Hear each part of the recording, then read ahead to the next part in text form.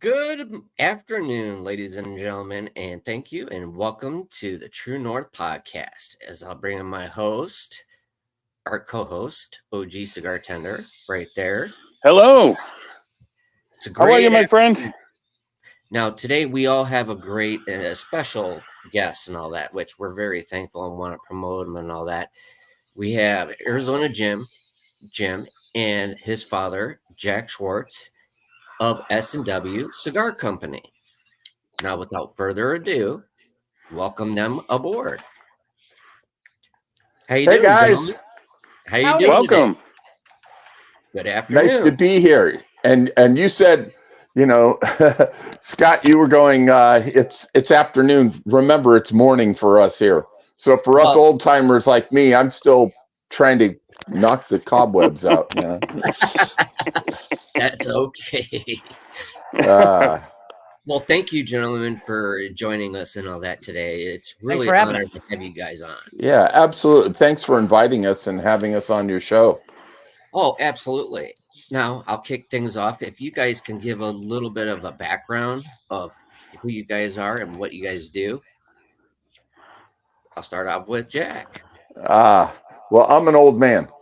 Yeah, and been a lifetime musician, and I think it was late December, early January. Uh, Jim approached me and said, "Hey, I got a new business proposition for you," and he kind of outlined a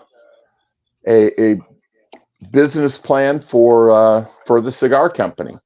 Hmm. And for me, I've enjoyed a good cigar ever since I was in my 20s, more on a social level, after a gig or after work, especially when I was traveling, we'd find of course, back then you could smoke in a lot of places, so we'd go to a bar or a cigar lounge, but a lot of times just a bar and have an after night drink and a cigar.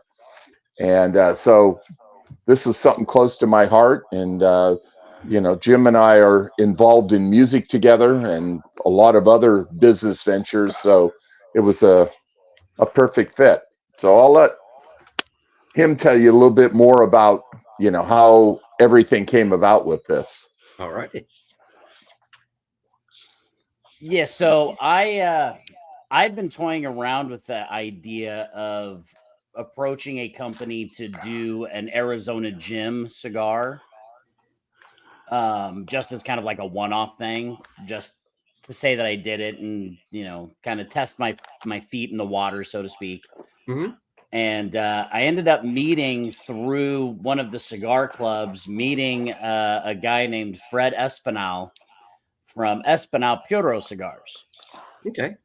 And we started talking, and I found out that he is primary owner in a cigar factory in the Dominican Republic. And so I had asked him questions about getting into the cigar industry and stuff. And it was just kind of just searching for some information just to see, if it would even be possible. And that was probably 2 years ago when we started having those little tidbits of conversations. And then in December, he reached out to me and said, "Hey, you gonna shit or get off the pot? What the fuck are we doing here?" And so I went, you know what? I said, you know what? Let's sit down with actually putting together what it would actually cost and what the process would be. And he laid it all out, and I went, holy shit, this actually is doable. Hmm. Start out smaller, and grow it organically over a longer period of time, and thinking more long game rather than trying to, quote, go big or go home type of mentality. And so he laid everything out, and I took that information to Pops and went, dude, listen to this. We might be able could do this. And I laid it out for him. And as he said, him and I have been working, in the guitar industry together for the better part of 10 years now. And before that, we've been playing music together, recording different recording projects since I was like 10 or 11. And then, our first band when I was 14 or 15. And so we've always had a partnership for as long as I can remember. And then we got into business together, and we learned a lot from each other.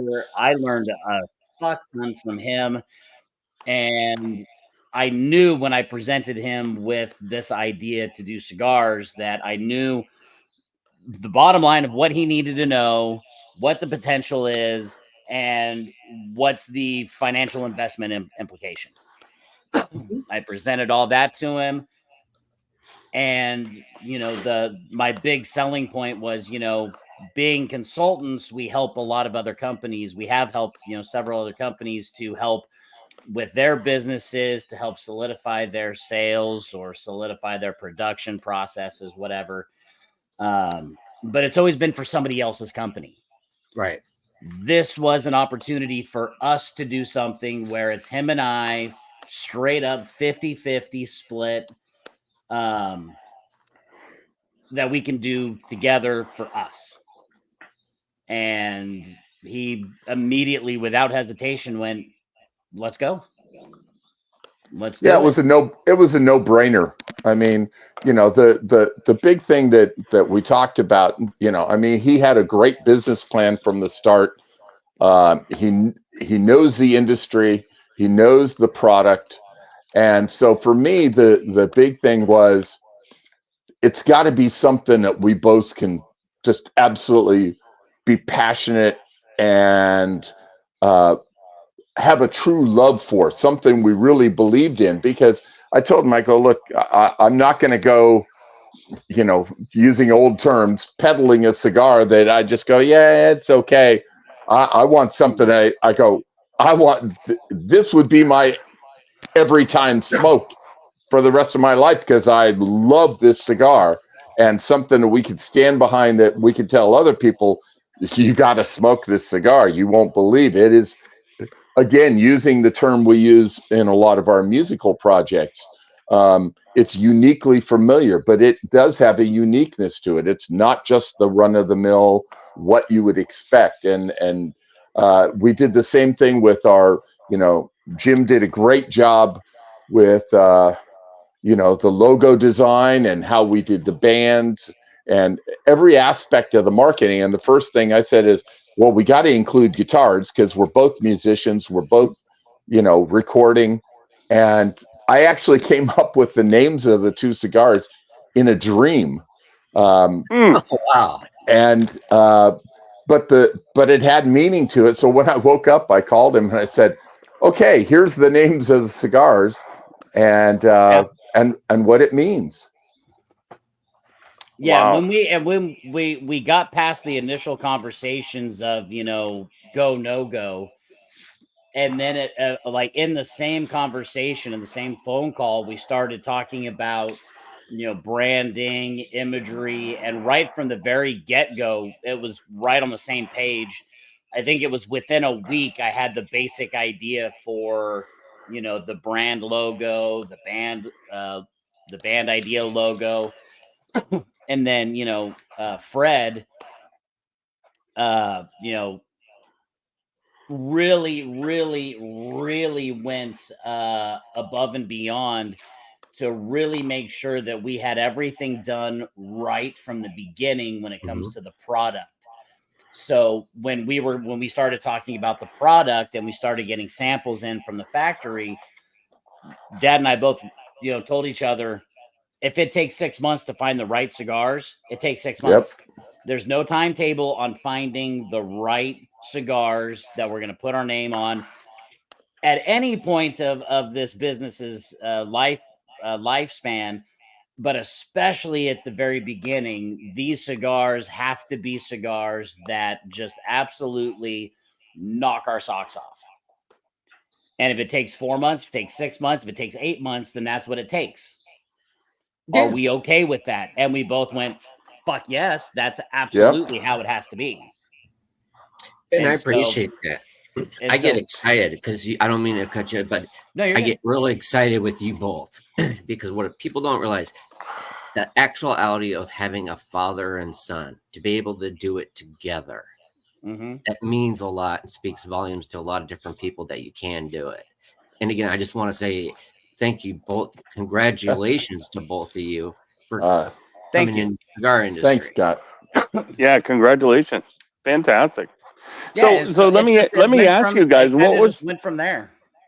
what was one of the big things when you were looking into these cigars? What was one of the big things that you wanted in those cigars for each of you? I know you both, after talking to Jim previously, you both had kind of two different palettes and what you're looking for them. So for each of you, what exactly was the one big thing in that cigar you needed to have in that cigar? Well, first of all, for me, um, I'm not an everyday smoker. I'm more of a social smoker. I may have one every couple weeks, one a week, just depending on the situation. But I wanted it to be something that I looked forward to each time. You know, a cigar that represented my palate and my taste, which, you know, over the years, as you get older, you get really, really, as my wife says, anal retentive about what you like, you know? And so, are you okay there, son? Psychedelic. He's having a breakdown. Oh, right Sorry, behind Yeah. your eyes. I got a bee flying around me right now. Oh, geez. And I know Ah, how you are about bees. I fucking it hate went your bees. way. I I had one here just apologize. a few seconds ago.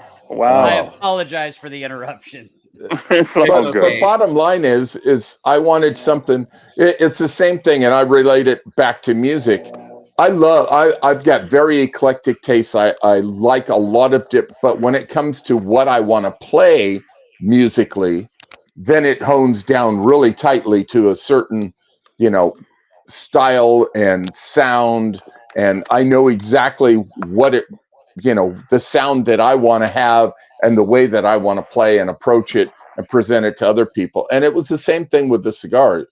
I wanted something that represented me, that not only, and to go back just a little bit, the late great Eddie Van Halen. Mhm. I had the pleasure of working with him several times, and one of the things he was very uh, well known for having said is, I write music and play music for me first. And if it's something I'm love and I'm passionate about, then I want to share it with everyone in the hopes that there are lots of other people that share the same passion and love for what I just created. But I can't go out and play music or write music or do that for somebody else when it's not something that I go, okay, you know, this is not really me. He said, you have to be true to yourself first. So the first thing that I did is, when we started getting samples, is I went, I want something that's going to immediately knock my socks off, where I go, oh my fucking God, I love this. Can I have another? You know, to that old, you know, quote, dear sir, could I have another? You know, Yeah, touche. that's exactly. And I mean, I kept asking Jim, so when are we getting these cigars? Because I want another one. I want to smoke another one. And we had a limited amount with the samples. So Yeah. I can be very passionate, tell my friends, tell, you know, anybody that will listen, I love this cigar and I hope you do too. And it is uniquely familiar. Yes, there are familiar aspects of it, but there are things, you know, I've uh, that you won't expect from this particular cigar. Well, Okay. let me expand a little bit on that. So, um, Dad is very much a Connecticut guy. Okay. The problem that he has faced over the years is, as we all know, cigar smokers, there's a lot of Connecticut's out there that are what I call the standard run of the mill Connecticut. Hmm. They're very much one trick ponies from beginning to end. Very earthy, hay, maybe some creamy notes in there, but that's usually about it through the entire smoke. There are the outliers that are really good smokes that give more to the flavor palette than just that do have transitions. But I've found as I've smoked more and more Connecticut's in the last 6 months, um, that seems to be the exception, not the rule. And Mhm. so when we were looking at the Connecticut's and knowing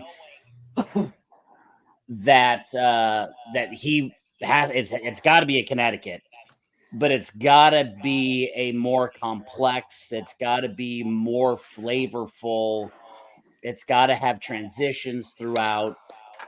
When we got the sample of the cigar that eventually became the El Maestro, even for me, I'm a straight up Habano guy all day, every day. And that Connecticut blows a lot of the Habanos out of the water that I smoke as far as overall flavor profile. It's just, it is an amazing cigar. And it gives that it's not something that you find every day in a lot of Connecticut's. And I think a lot of people will be very surprised at how it is listed as a light to medium. But I think a lot of people, that would be, both of these first two cigars would be great for both the most concerning connoisseur as well as a beginner. They're great flavors, great notes out of them. Even if you don't realize what it is you're picking up, you're going to know that you're tasting several different things. And it'll be, they're very approachable for a beginner. Even the Habano that I am smoking now is very approachable, with a lot of great flavors, with a lot of the great Habano flavors that you expect. But it comes through in a little bit smoother, a little bit less harsh, in a much more approachable way. Okay. Yeah, And I've got a Habano myself. I got the Compass Rose Habano. Um, which, and by the way, is a fantastic Habano. thank you, thank you. It's Thank you. Scott and George really worked hand in hand and made a banger of a cigar. And I'm very much along with you guys in your thoughts on consistency on what you smoke. And I'm normally typically not a Habano guy. I am a Maduro guy. I like my fuller bodied, stronger blend. Though that's just my preference. But Mhm. this Habano, ask Scott. The first time I smoked it with Scott, we did a virtual cut and light, and I was Mhm. blown away at Yeah. the consistency and the depth and character in that. And again, that's a testament to Scott and George over at Campano. They did a fantastic job at building this cigar. They hit a home run Yeah. with it, and it sounds like you guys hit a home run with both of your cigars. And I did. me and Scott, we're just we're foaming at the mouth. We can't wait to get our hands on one and try it. So. Best of luck to you guys. I mean, it sounds amazing, and you killed the label. I absolutely love the label on it. It just exudes rock and roll and classic cars, like and badass cars, like your slogan says. I mean, Mhm. you guys did a fantastic job just on the presentation. I haven't even tried it yet, but on the presentation alone, it looks incredible. Thank you. Thank you. Yeah, Well, Thank you. That's I love hearing that, and I had a it's lot of help from Fred and his label creator guide to help really bring my basic design to life in a cigar band. That really, I I would put this into any, at some point I hope that we can grow to be this big, but I would be uh very, very honored and proud to have this sitting next to any other cigar in any cigar lounge anywhere. It is a well done, well crafted cigar band that like I said, I had some pretty good help in really bringing my idea to life with that. And that that's whole, the thing that we really wanted to really hit home on when we first started talking about doing this and putting all the plans together was, and it may seem a little weird to some that, it's cigars, guitars, and badass cars, but it's, I know that Dennis and Scott, you and I have had conversations in the past where we are chasing. I think that we are all chasing moments in life, Mm-hmm. Yes. and there are so many of those special moments that occur for a lot of people that revolves around music, guitars, cars. I'm sure that all four of us can hear any particular song on the radio, and it can transport us back to a place in time that totally you can Yes. smell. You can smell what you smelled that day, that night. You can feel, you can hear. And these are things that have become um, a part of people's lifestyles, a part of people's personalities, a part of who they are. For me, cigars and pipes are a huge part of who I am. They're not just something that I enjoy, but it's something that I'm so extremely passionate about that it has become a part of who I am. Same thing with being a guitar builder and being a consultant and helping other companies with their guitar products. These are areas where you don't get into to become a millionaire. You don't get Right. into to reach fame and fortune. You do it because you have a passion for it. Music, the same thing. If you're lucky enough to reach some kind of fame and fortune, that's just icing on the cake. But you do these things. Same thing with guys that build hot rods and rat rods and restore old cars. They're not doing it because it's, a complete cash cow. They're doing it because it's what they love doing and they couldn't imagine their life without it. And Yes. so that's, when we first started talking about it and having time to really think about the implications that this all has, it's really about chasing those moments. And a lot of times for me, I mean, just this past January, Dad and I both shared in an amazing moment that revolved around amazing friendships, enjoying cigars, a lot of, everybody else, enjoying a good libation. Dad's favorite drink with a cigar is a sambuca with 3 coffee No. beans. Oh, I you love know Sambuca. Uh, and it was one of those special moments that anytime I smoke a cigar, there is a brief moment where there's a quick flash to that moment. Right. There's been a couple of those moments over the years where, I've been able to enjoy a cigar with somebody that I've known virtually for 3 or 4 years that I finally got to meet in person and hang out with and enjoy a cigar together. Those are the moments that we're chasing, and we're just lucky enough to have more than not. And I think cigars, music, guitars, cars, these are all areas of lifestyle of passions where people chase and find those moments in those things. And and I think that's great. I wanted to touch on that a little bit because being in the music industry as you guys are and all that, doing a lot of things together and like Jack having your experiences and different things like that. I feel that doing cigars or music or with cars and all that. It's a self-expression, like how people express Mhm. themselves through absolutely. tattoos.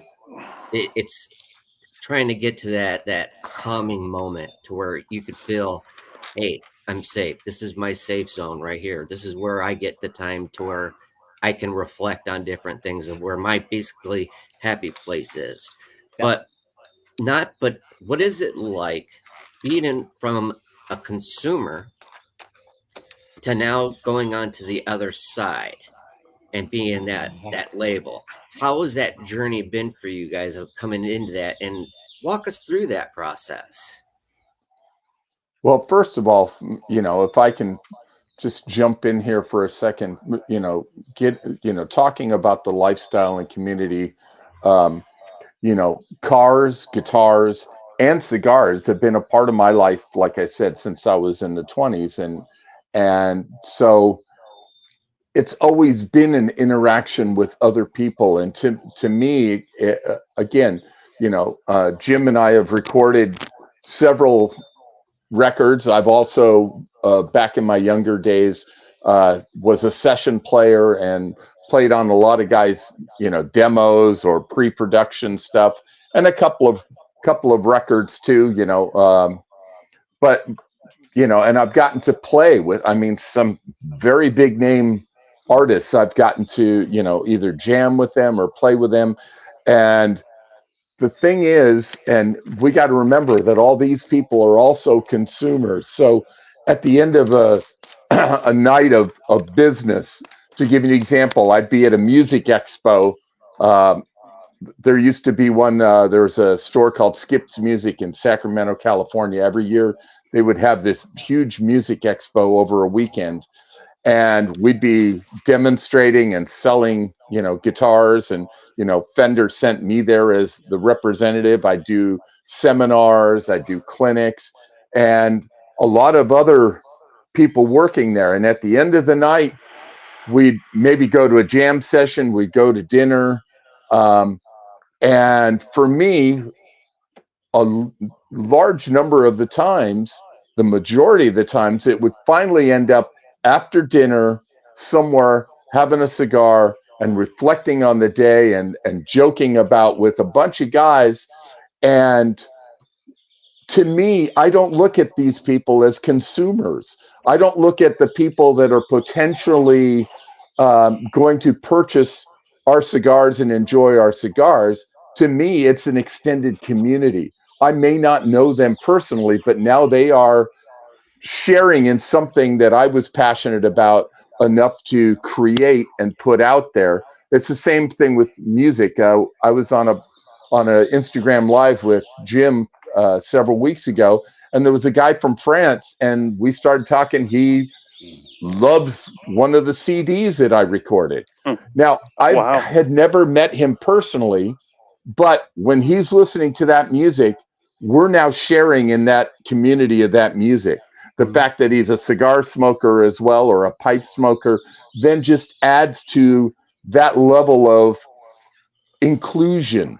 So when I think of consumers out there, and it's the same thing in the guitar market, I learned right away that it's the shared moments, it's the shared passions, it's the shared elements of that we all kind of brings us together. So I used to go out and do clinics in music stores all over the world, and I found so many commonalities with people over certain tastes. I would be working on someone's guitar, and I would turn around and, they'd be wearing a ZZ Top t-shirt, and I'd start playing some ZZ Top licks. And next thing you know, we're talking about concerts that we've gone to. Hey, I saw them here. Oh, I saw them here. Oh, hey, I got to jam with that guy. It's one of those things where all of a sudden you have these shared passions, and, it bridges the gap of a stranger to someone that you have all these things in common with, that you found common ground and things to talk about. And it's funny, sometimes I'll run into someone 20 years later and they'll go, hey, remember that day, remember that night, remember that, because as Jim said, they create these special moments. And I will use the example of, when I've met a couple of my guitar heroes, like I probably remember the very first time that I met Eric Clapton. And it is ingrained in my head what he was wearing, what he was saying, what he was doing. Now, if you went to Eric Clapton, you'd go, yeah, I've met a million people. Yeah, I kind of remember that. But the bottom line is it's indelible in your memory. And the thing is, with music, with cigars, and with cars. And in fact, I'll tell you a quick story. I met Jeff Beck back in the mid to late 70s. I was doing concert promotion, and our limo driver was sick. So I ended up picking Jeff up from the hotel, bringing him to sound check, and then afterwards, taking him back to the hotel, then picking him up and bringing him to the show. And then after the show, he left with his crew and everything. But there were three different times. Um, and I won't go into all the details. It was a very special night for me.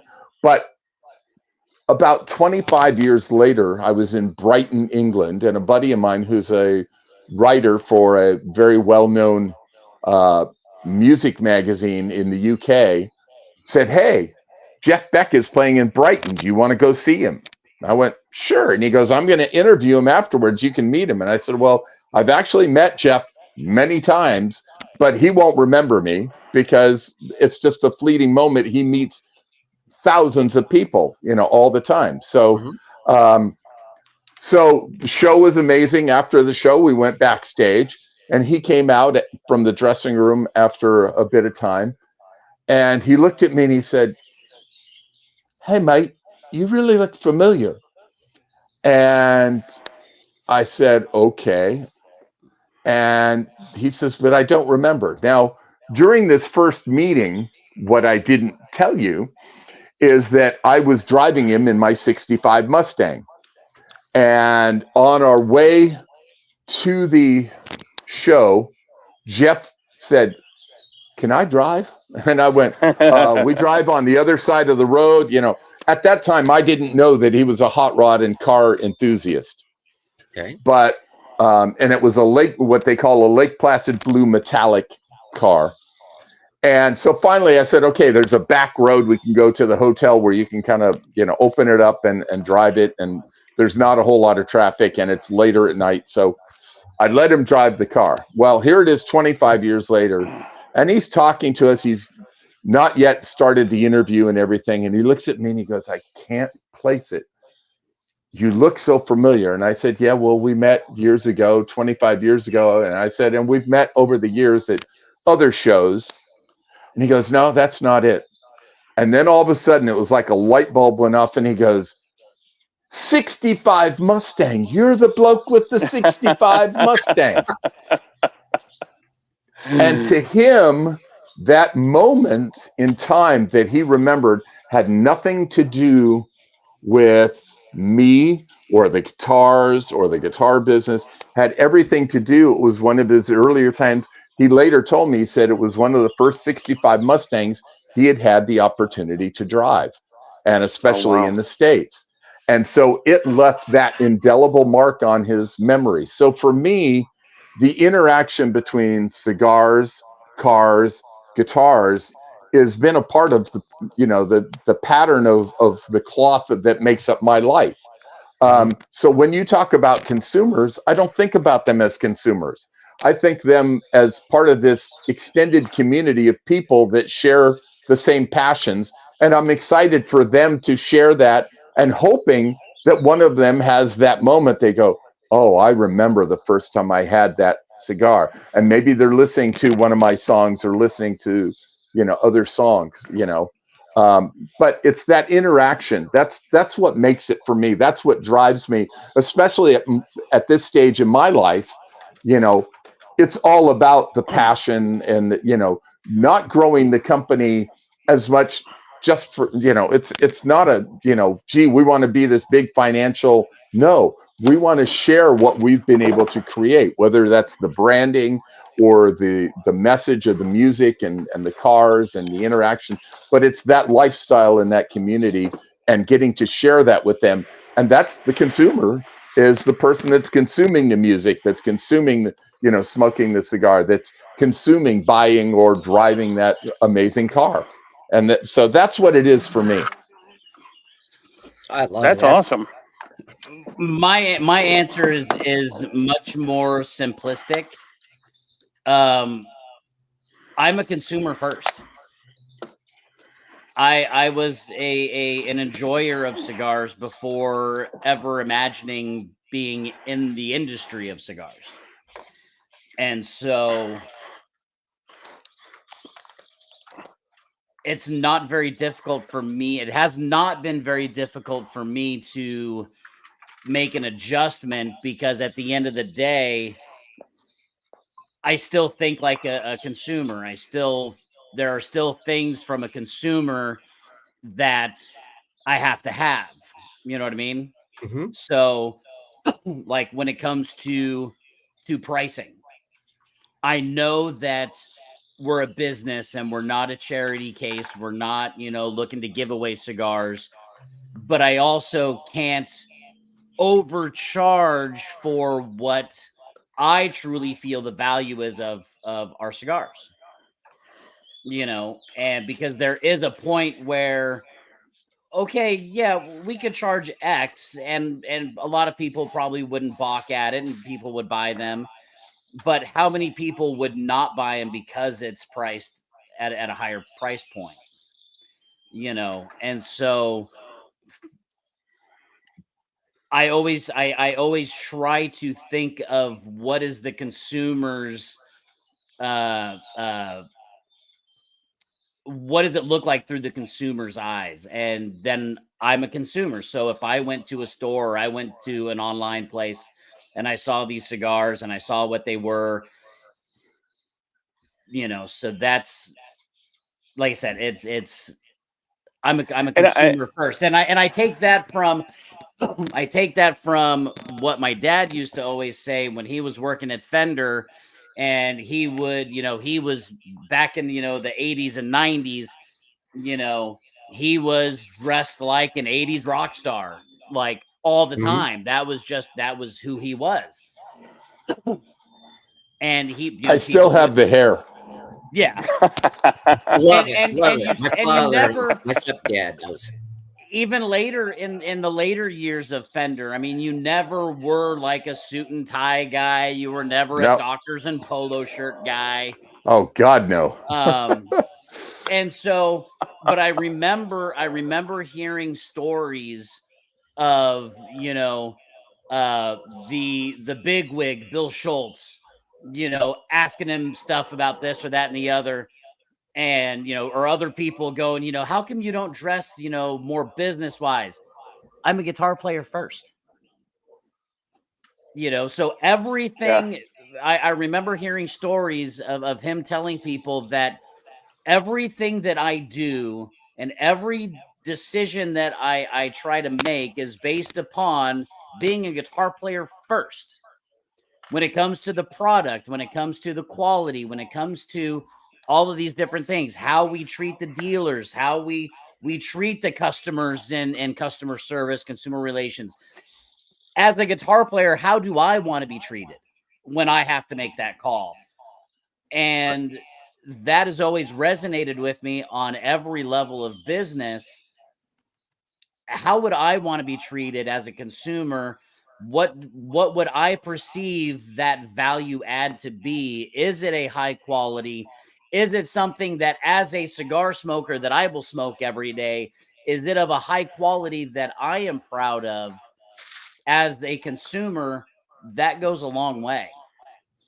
Yeah, absolutely. And I think you guys, I mean, everything that both you guys have said is what's going to make S&W a just knockout cigar that people are going to want to try.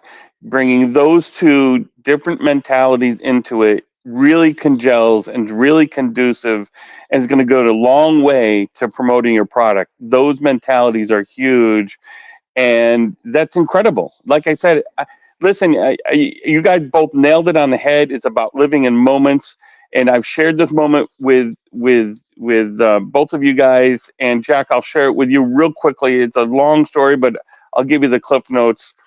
About 20 to 25 years ago, I met Jonathan Drew at one of the Cigar National events, and it was a fleeting moment. He literally heard two people trying to educate me because I was just getting into cigars, Hey, Dennis, and they were yep. explain to him who that is.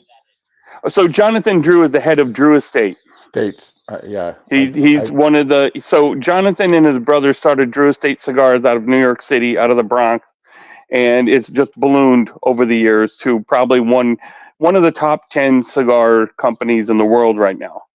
And I was at my very first Cigar National event. He came up to me when two people were trying to educate me about cigars, and he put his hand on my shoulder. He said, "Now that," he goes, "you're done talking to them, come talk to me."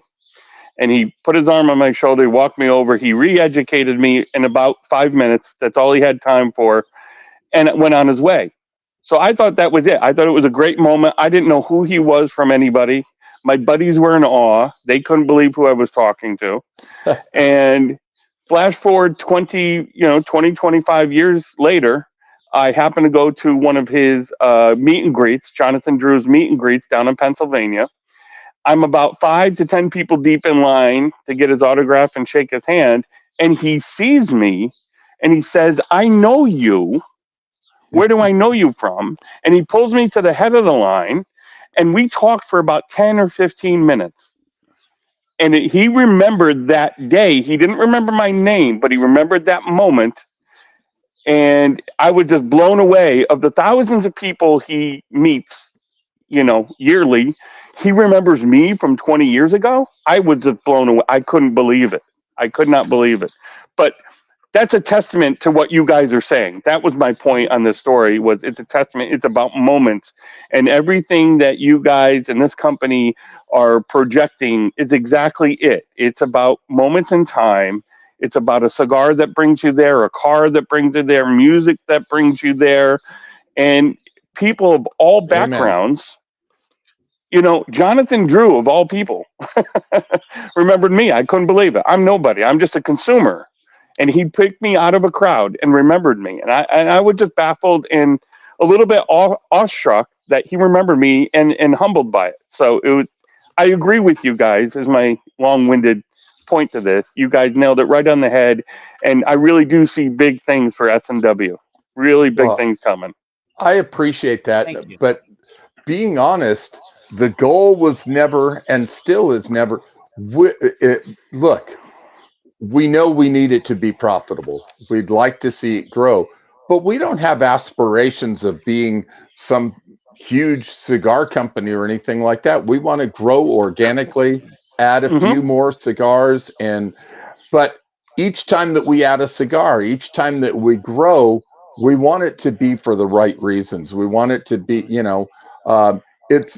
a good friend of mine who passed just recently used to have a little slogan saying that, he was the head of the Fender Custom Shop in the marketing part of it, and an amazing guitar player, a really dear friend. But he had this thing that I used to quote all the time. He said, "You got to give people a reason to believe, a reason to buy. And that reason has to be you, the essence of what you're bringing to the table, what you're doing, why and what it is that you're presenting to them." Because anybody can go out there and create music. Anybody can go out there, create a cigar and, or buy one off the shelf.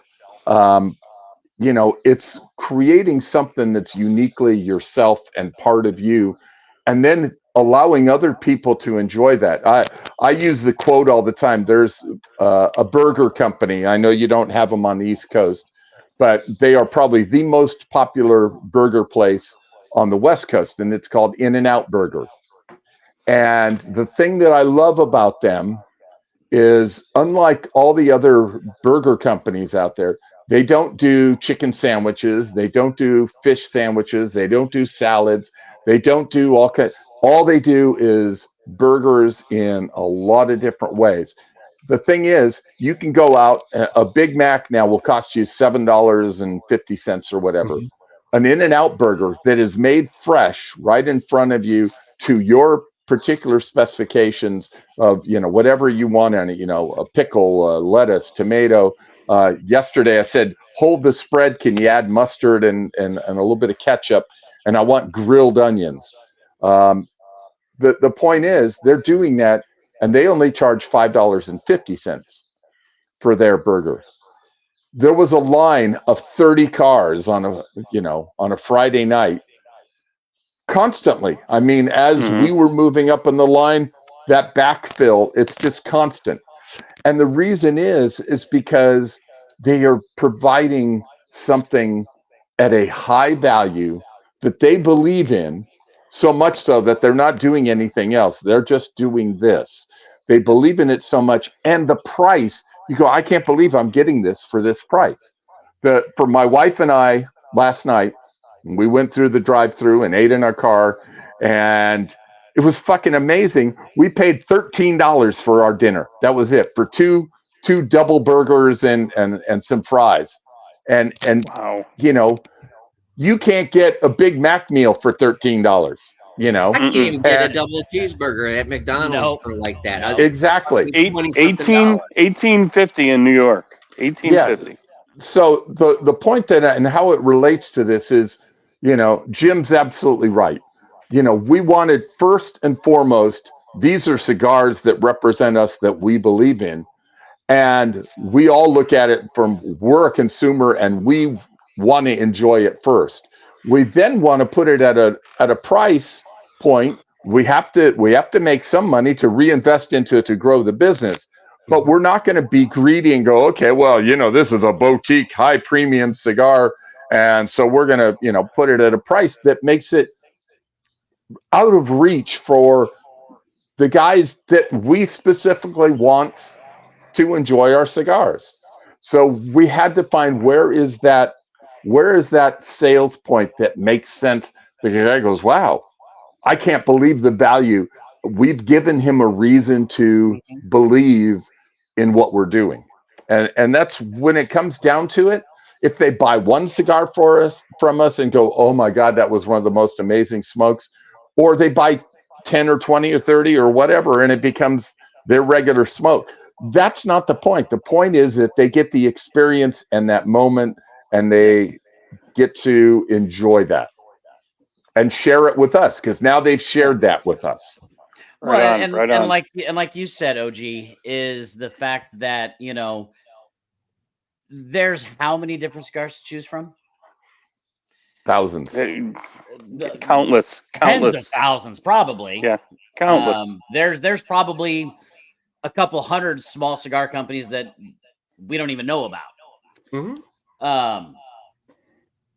So it became very important for us with the true story and messaging of why we do what we're doing, the reasons we chose the cigars that we chose, the factory we decided to work with, that I feel will be what separates us from a lot of the other smaller boutique companies. Is it's not just, hey, we can, so let's do it. It was, yes, we can, let's do it, but there's got to be a purpose behind it. Yep. Right on. 100%. You all right? Okay, that was a fun moment of awkward silence. You all right there, Scott? Sorry, I apologize. I was trying to give some. I'm trying to give air. I know that I can dominate a conversation, so I wanted to shut up for a fucking minute. I can listen to you guys all day long. I'm not kidding. I watch Arizona Jim. He might not know it. No. You may not know it, but I do watch you on Sundays on your morning show. It's like I wake up. I know you jump in. I wake up and I jump on, and you guys have some killer conversations in the morning, and it's hilarious and serious at times. It's just you. Like I said, I can talk to you guys forever. And very twisted at times. It is sick and twisted and inappropriate, and it can get serious. It can get emotional. It can. It just runs the gamut. I love my Sunday morning show because there's no motive. There's typically every once in a while I'll throw a topic out there just to try something and see how it sticks. Most of the time it doesn't work as well, and it doesn't last very long before it just goes into what it normally is. And I think that's why a lot of people do tune in and they do watch it, even though it's butt-ass early on a Sunday morning. They take the time out to jump in and listen, or get involved in comments and involved in the conversations. But it really, there's no motive, there's no topic, it's just, how are we feeling that day? If we're feeling extra good, then it's going to get really fucked up and really wild really quick. And other times we'll have, we've had some really deep theology, religion conversations. We've had some great conversations about current events and current, trending controversial topics. And the beautiful thing is, with that, I have found more times than not within the cigar and pipe community. And one of the things that really drew me to it in the beginning in 2012 was the fact that it still remains one of few places where you can have tough discussions that you probably won't be able to have in many other places, and still walk away with an understanding of, we agree to disagree, and we both think some of our points are fucking stupid, but we still have a mutual respect for each other. Nobody is hateful. Nobody is over the top. There's still a shared respect for each other, and everything at the end of the day comes down to a hug and a kiss, and hey, still love you. Mm-hmm. Well, if I can jump in here too. So I'm newer to the online cigar and pipe, smokers community. And the very first time that I actually jumped on, not just watching as an observer or listening, but actually jumped on, how welcoming and inclusive it was, regardless, because we all have such different backgrounds. I mean, Jim and I can sit there and argue and debate, topics for hours, not agree, and then say, "I love you, son. Let's go grab something to eat," or let's go, hey, let's get back in the studio and finish recording this song. Exactly. Yeah. The bottom line is, when the very first, I remember one of the very first times that I jumped on James's morning show, and next thing I know, remember the first time. Yeah, they started asking me, hey, tell us some road stories. Tell us this. I just felt, wow, these aren't just people. These are my people. I felt so welcomed, and so and as you two gentlemen have done with us on this show, being able to just speak freely, from our hearts and from our passion, without having to get into too much of a discussion of the nuts and bolts of the business, but actually the reason we're in the business and the reason that we're part of the community is that love and that passion. But also, it's being part of this extended community of people that otherwise I might never have met or gotten the opportunity or the enjoyment of getting to talk to and listen to them and what's going on in your lives. I mean, listening to you, talk about meeting Jonathan Drew is, those are stories that will stick in my head. They'll go, man, I know how we felt that day. I know what that was like. I've had a couple of moments in my life, where I didn't think the person would, and they were big stars, and they would remember me. I mean, Jeff Beck, no, he didn't remember me, but he remembered my fucking car. And that to me was just as cool.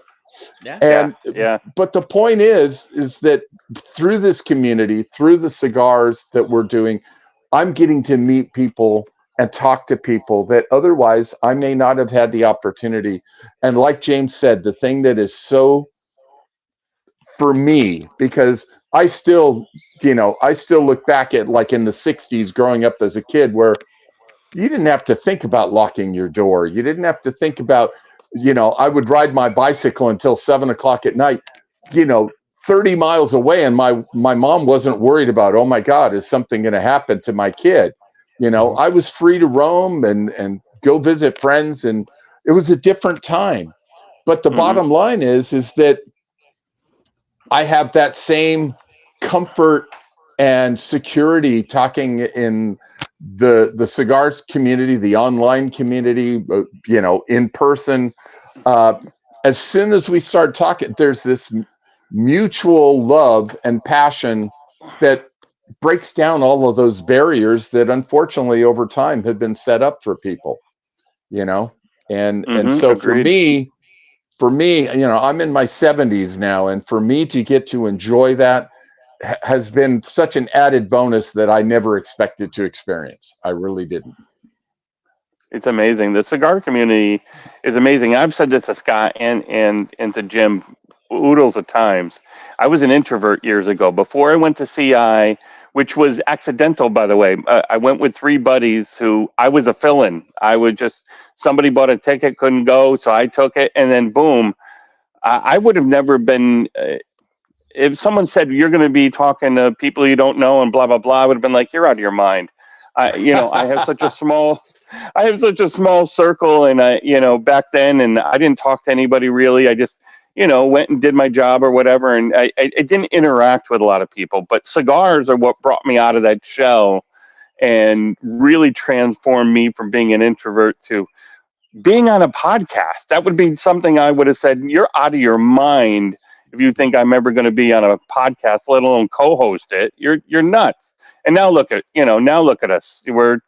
I would have never met you gentlemen, if it wasn't for social media and for Instagram and Facebook and StreamYard and all this stuff. So, my long-winded point is I think we're in a total agreement, the four of us, that cigars and music and guitars and cars and everything are so uniting that it breaks barriers, and you can have Absolutely. a conversation, like you said, Jack, you can have a conversation with anybody that opens up other conversations that you never dreamed you would have had if we didn't have these things to bring us together.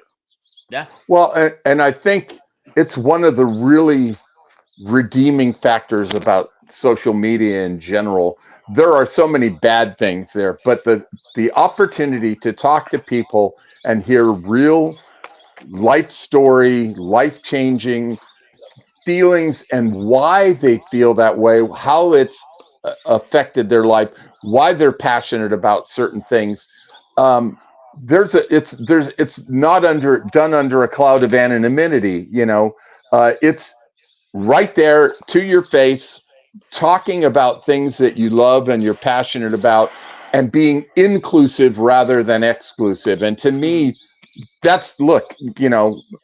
we all have an expiration date. I don't know when mine is. I've been lucky enough to live this long. I never expected to, but every day now, especially through this endeavor that Jim and I are on, with the cigars, it's opening up this whole new world for me of people that I really enjoy talking to, that I go, you know what?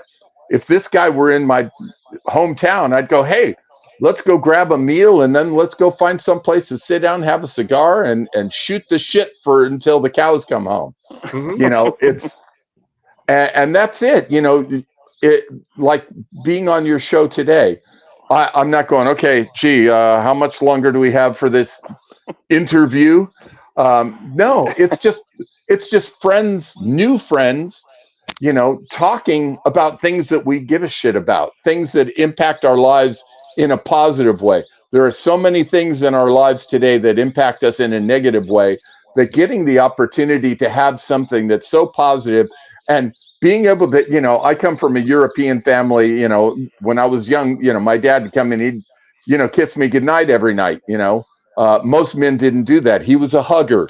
So I've been that way all my life, but now I can do even virtual hugs and say, man, I love you, bro. And it has a new meaning and a new passion. There are friendships that go beyond friendships, and they're people that I've never had the pleasure of actually shaking their hand or giving them a hug. It's virtual, but it's equally as true and honest and open as anything that I've experienced in the past. Yeah. Mm-hmm. Yeah, I can't speak for Scott, but I can tell you I'm booking my ticket to get out to Arizona. I got to meet you guys in person. Come on So out. Come on down. I gotta from give Dad. I gotta Arizona, give Dad so a hug. Dad my wants me OG to like. out. I want to give Dad a hug now. So That's big bear hugs from me too. I'm a big man, and I give the double X big hugs back at you, man. all right, And sounds Scott, good. you've got double reason. You've got family out here still, so Yes, I'm from Arizona, so and Are they you just really? yes, yes, sir, absolutely. My uncle's actually out there. He's in his upper 70s and all that. He owns Double DD Electric out there. Okay. Yep, which he's been an electrician, Navy, and everything. My cousins are down there. I was born in Maricopa County Hospital, so Oh, wow. yep. So So, yeah, but you definitely have no excuses for not coming here. yeah, I know. I gotta go see my family and all that. I will be coming out there soon enough and all that. I will definitely just have not to during the check in summer. with you guys. Not during the summer, brother. Yeah, don't No, I come. Right know. now, it's already getting hotter than fuck. It's like, you know, I stay out of it. Those are the worst times of anybody's but August, July. yeah. Forget about it. Well, Dennis, you'll be familiar with his term. One of my best friends is a guy named Richie Fliegler, and he's from New York, and he says moving out here, people tell him, how do you deal with 110, 120 degree heat? And he said, well, you don't have to shovel the sun. Yes, yes, Mhm. exactly. So we tolerate the sun during the summer, and we stay out of it and stay in our air conditioned car and our air conditioned house and muddle through it.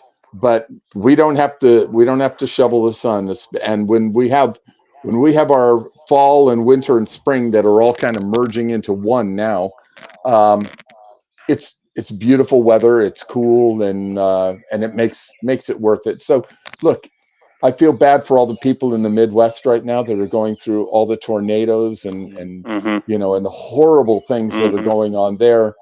Um, but I understand why they live there as well. It's their homes, and there are so many more positive things. So wherever we live, we have to deal with the idiosyncrasies, whether it be weather or traffic hmm or people or whatever.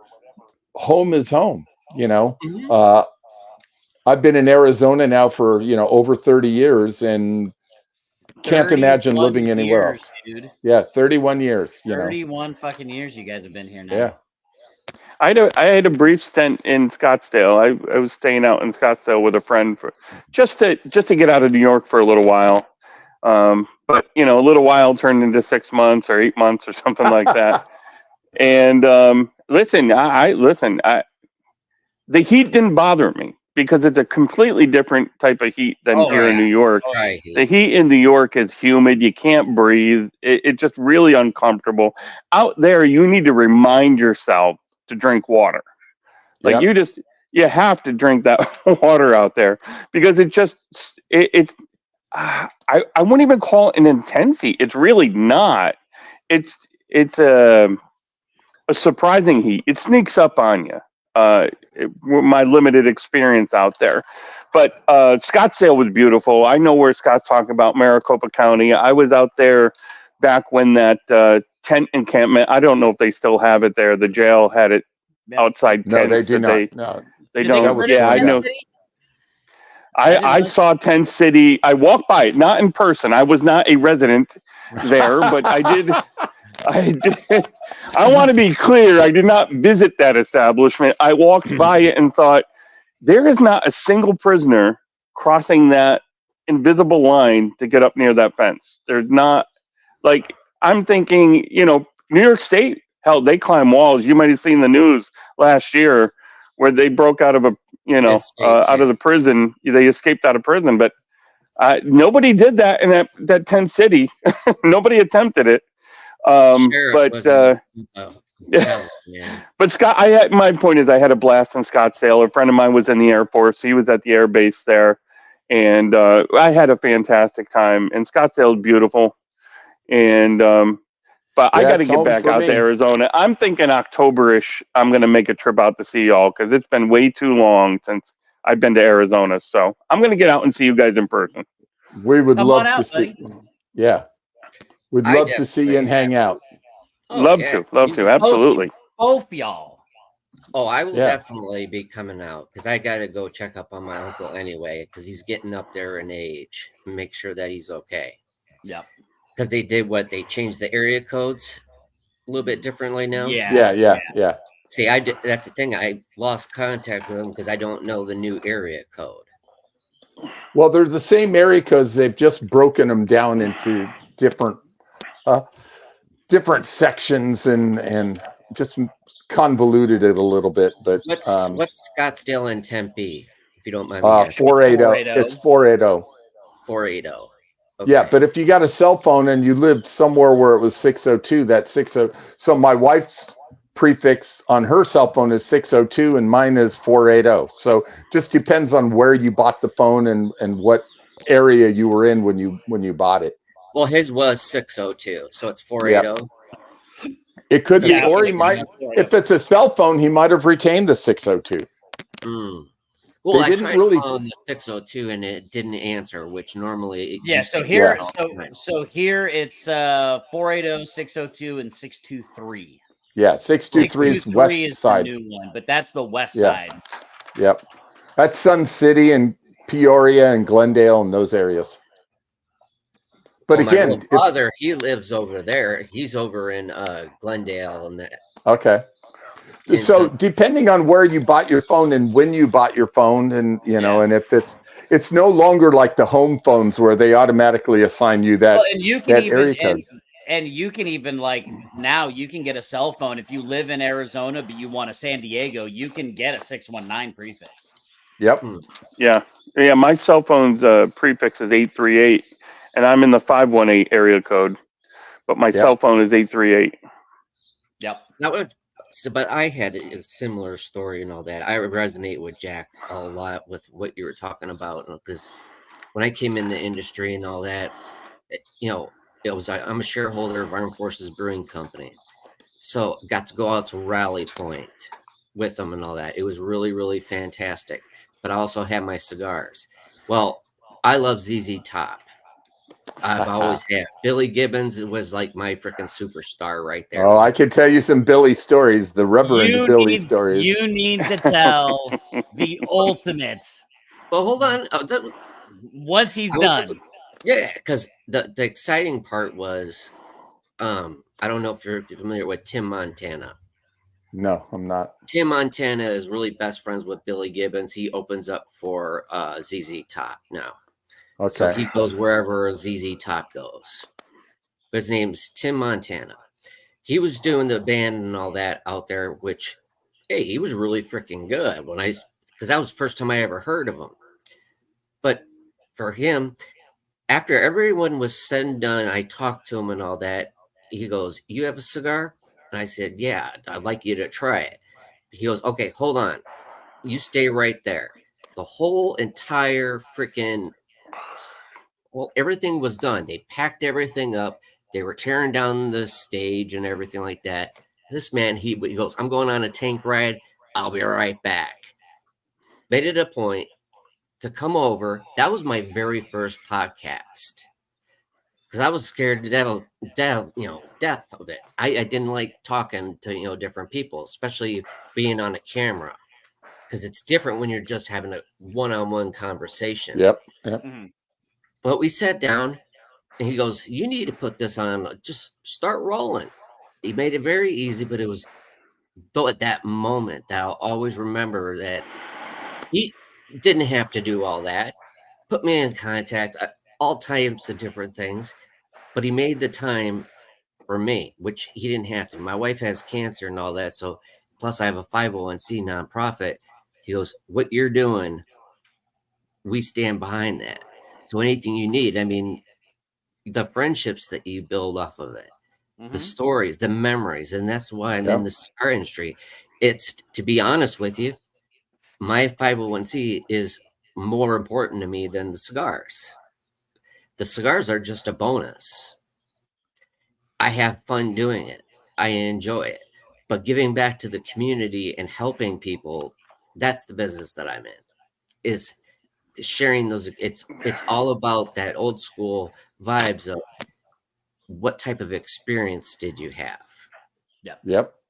So when I said earlier about consumer and all that, everybody else says consumer and all that.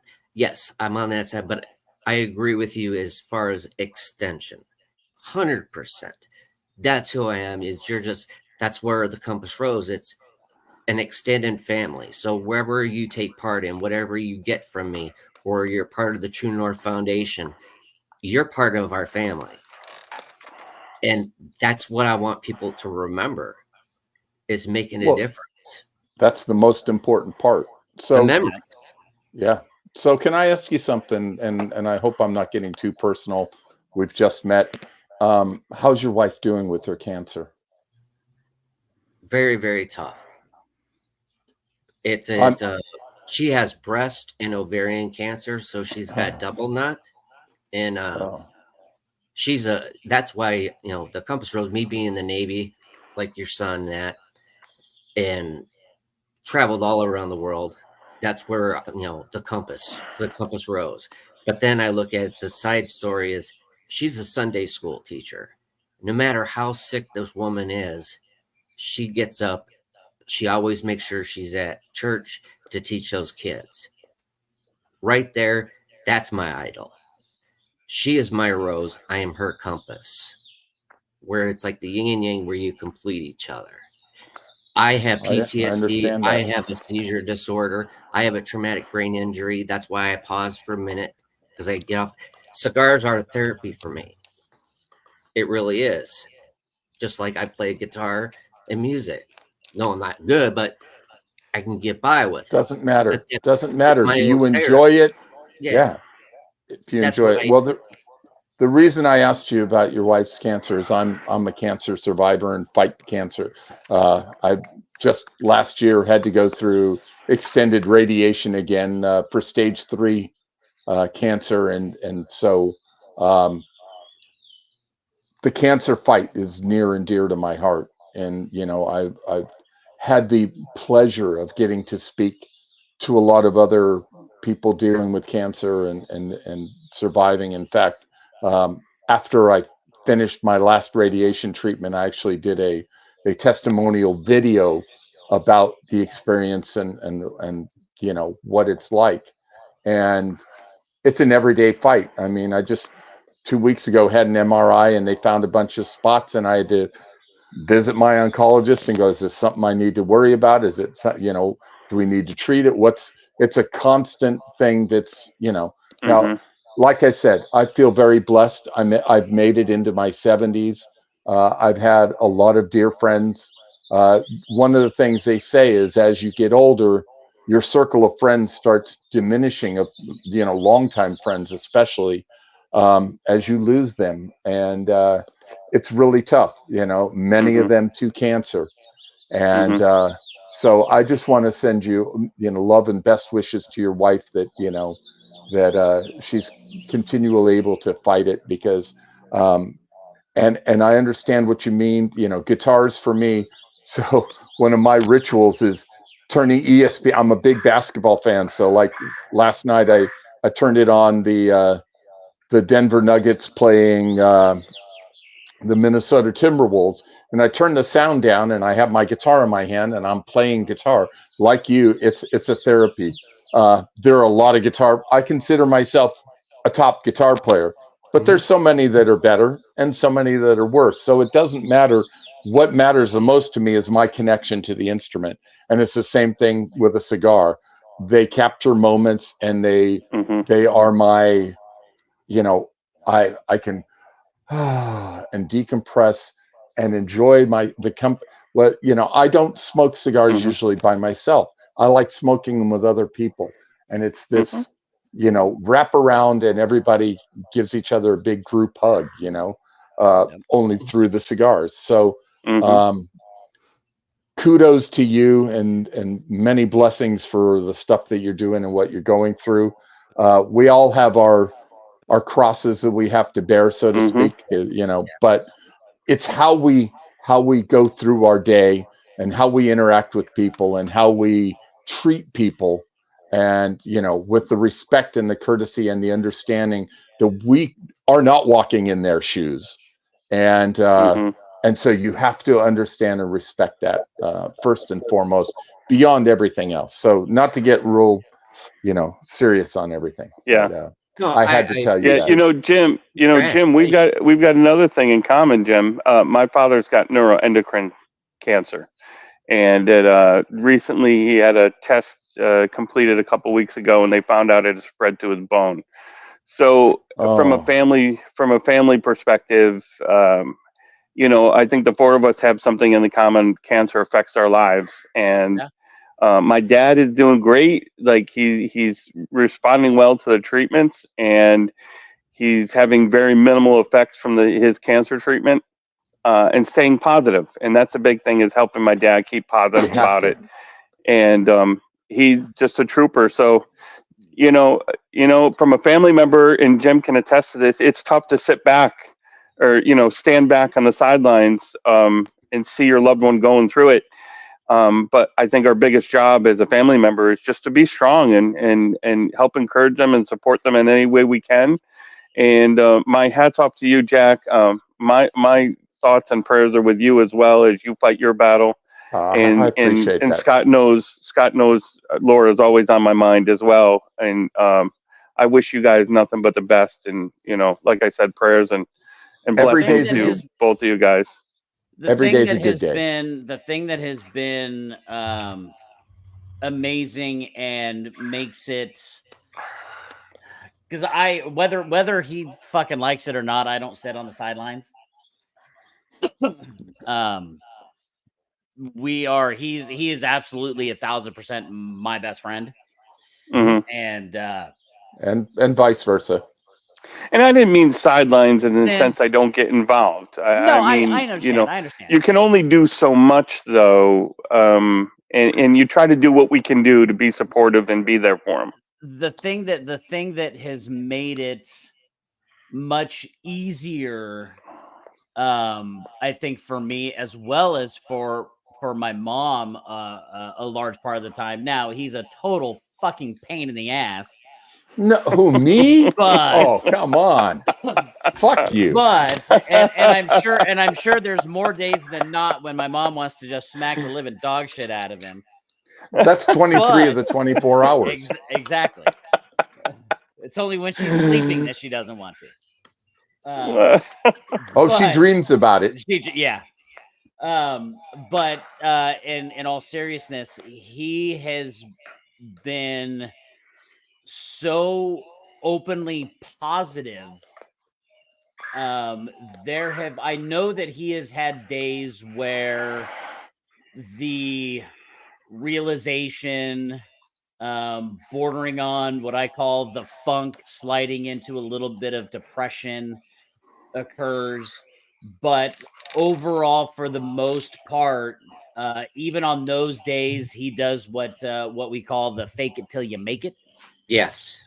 Um, where he is so overly positive, and when he was going through his treatments, I remember him telling me stuff about just how, like, completely defeated some of these other people looked in the treatment center, and that were younger than him, that were that just looked completely like they'd given up, and they were purely doing this purely because they had family members that really wanted him to do it, but they were just kind of at a point with it where they were like, I'm done. Mm-hmm. He's never had that mentality. He's never had um that thought process of, well, I guess that's the end. So he's always been very positive. He's always continued to be um a source of inspiration for other people that have um that have been diagnosed with the type of cancer that he has, that he's been able to talk to and give words of advice and words of encouragement to. And that helps tremendously for those around him, because he's not, you know, what I've seen from other people, where it's, poor, pitiful me, this happened to me type of thing. His thing has been, I got to do what the doctors tell me to do, and that's all that I can do. So until I'm not here anymore, I'm going to continue doing the things that I love. I'm going to continue playing music. I'm going to continue being a consultant and working with guitar companies and being a part of that life. We're going to get involved in this new crazy venture of cigars. He's never slowed down. If anything, there's been an even bigger drive to be more active and to do more things. Because I think in all of our lives, there comes a point when we realize we've got less days in front of us. Mm-hmm. And so, okay, so now the realization of every single fucking day counts becomes even more forefront in our minds. And he's been that way since 2012 when he was first diagnosed. He's very much been that way. By the way, that little travel case is badass. By the way, I saw your post about that the other day. Oh, that is awesome. That's fucking cool. Well, first of all, thank you. I get my wife just shakes her head now because I always have something new and I'm trying, and she's like, "Oh Lord, help me with this one." Yeah. And this one sent her over the edge. Me, my bobblehead. I love it. She just lost herself. She just absolutely. She's like, something's not right with you. So I know that we're rolling up on almost an hour and a half of the podcast, but do we have time for Pops to indulge us in one more road story? Oh my gosh, yeah. Oh my gosh. Yeah. That's the beauty. There's no limit. So, Dad, you have to tell your ultimate fuckery of a Billy Gibbons story that revolves around, I believe it was strippers, a limo, and Area 51. Oh God! No, there were no Let me buckle up. Let me buckle up. Hold on a minute. All right, go ahead. I'm buckled in. There were no strippers. Okay. But so, geez, it's back in the 90s. I was doing a lot of traveling, doing clinics and seminars in music stores. And I was in Albuquerque, New Mexico. And I had a Saturday morning clinic. It was a Saturday morning clinic that was going to start at 10 o'clock in the morning. So we decided to go in on Friday afternoon and prepare and get everything set up so that we didn't have to do it super early Saturday morning. I could actually sleep in till 7 or 8 o'clock and then go do the clinic. So we went into the music store and we're setting up. And while we were there, a buddy of mine who worked in the store said, "Hey, we've got a couple of extra tickets. ZZ Top's in town tonight. Would you guys like the tickets to go see the show?" And we went, "Yeah." So the sales rep and I, guy named Jeff Bowen, he and I went and grabbed some dinner and then went to the ZZ Top show. Well, Jeff, being the sales rep that he is, decided to take his business card and give it to one of the road crew from ZZ Top who was finishing up last minute setups before the show. And a little bit of background, right before then, this was at a time where the Fender Custom Shop had just done a matching bass guitar and guitar for Dusty Hill and for Billy Gibbons. And so he told the tech, the road crew guy, he said, "Hey, we're from Fender, and just get the message to Billy that we're here and we hope that he's enjoying the guitars." And we thought that was going to be it. We sat there getting ready for the show, and about 10 minutes later, the tour manager comes out, hands us a couple of laminates for all access to the show, and he says, "Billy wants to talk to you right now." And we're going, okay. And immediately I look at Jeff and say, "I hope there's nothing going on with the guitars that, I'm going to have to work now." And Jeff goes, "Man, I'm sorry." I go, "Okay, well, we'll just go back there." So we go back there, and this was on, I think it was the Eliminator tour, and they had all these scantily clad women dancers on the stage when they were playing. So we went backstage, and here's all these women in the big plumes and the tight little skimpy bikini-like outfits and Mhm. stuff, and all kinds of media people and cameramen. And Billy sees me, and of course, I'm wearing a Fender T-shirt. And he goes, "Fender guys, everybody out except the Fender guys." And I'm going, "Oh Oh crap!" no. Shit. And I'm going, "Okay." And then he points at the cameraman. He goes, "Wait here a minute." And I'm going, "Oh God, he wants it on film too." So go up and I introduce myself. Jeff introduces himself, and Billy goes, "Fender guys, I want to hang out with the Fender guys for a while before the show. Love the guitars, love you guys, man, and so glad you guys are here. I want the cameraman to take a picture." I've got it up on my Facebook. There's a picture of me and Jeff and Billy.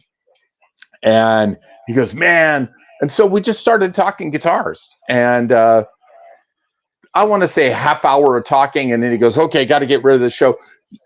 For the show, you guys come back after the show, man. We got food, we got drinks, we got whatever you want." So, wow, he's so gracious, and this is so cool.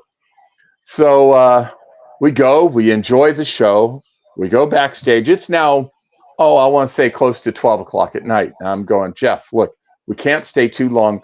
I got a 8 to 10 hour clinic I'm doing tomorrow, starting at 10 o'clock in the morning. So I don't want to be out too late, but let's go back and tell Billy and Dusty and Frank that we really enjoyed the show, and it was great meeting them, and we'll hang out for a little bit, and then we got to hit the road and go back to our hotel." So we go back, and the band is still in their dressing rooms and showering and getting cleaned up and stuff. So we both grab a couple of sodas and munch on some stuff on the buffet table. And Billy finally comes up, and he's got a 6-pack of Diet Coke with him. And he goes, "Okay, boys, let's go." And I look at Jeff and I look at Billy and I go, "Where are we going?" He goes, "You guys have a car, right?" I go, "Yeah." And he goes, "We're going on a road trip." And he said, "Then you guys can drop me off at my hotel afterwards." And I said, "Well, look, Billy, I would love to do that, but we can't be out too long because I got a clinic to do in the morning." So he says, "Yeah, not a big deal. We're going to have fun. You just stick with the old Reverend Billy here." Okay. So we get in the car. He gets into the passenger seat. I'm in the back seat.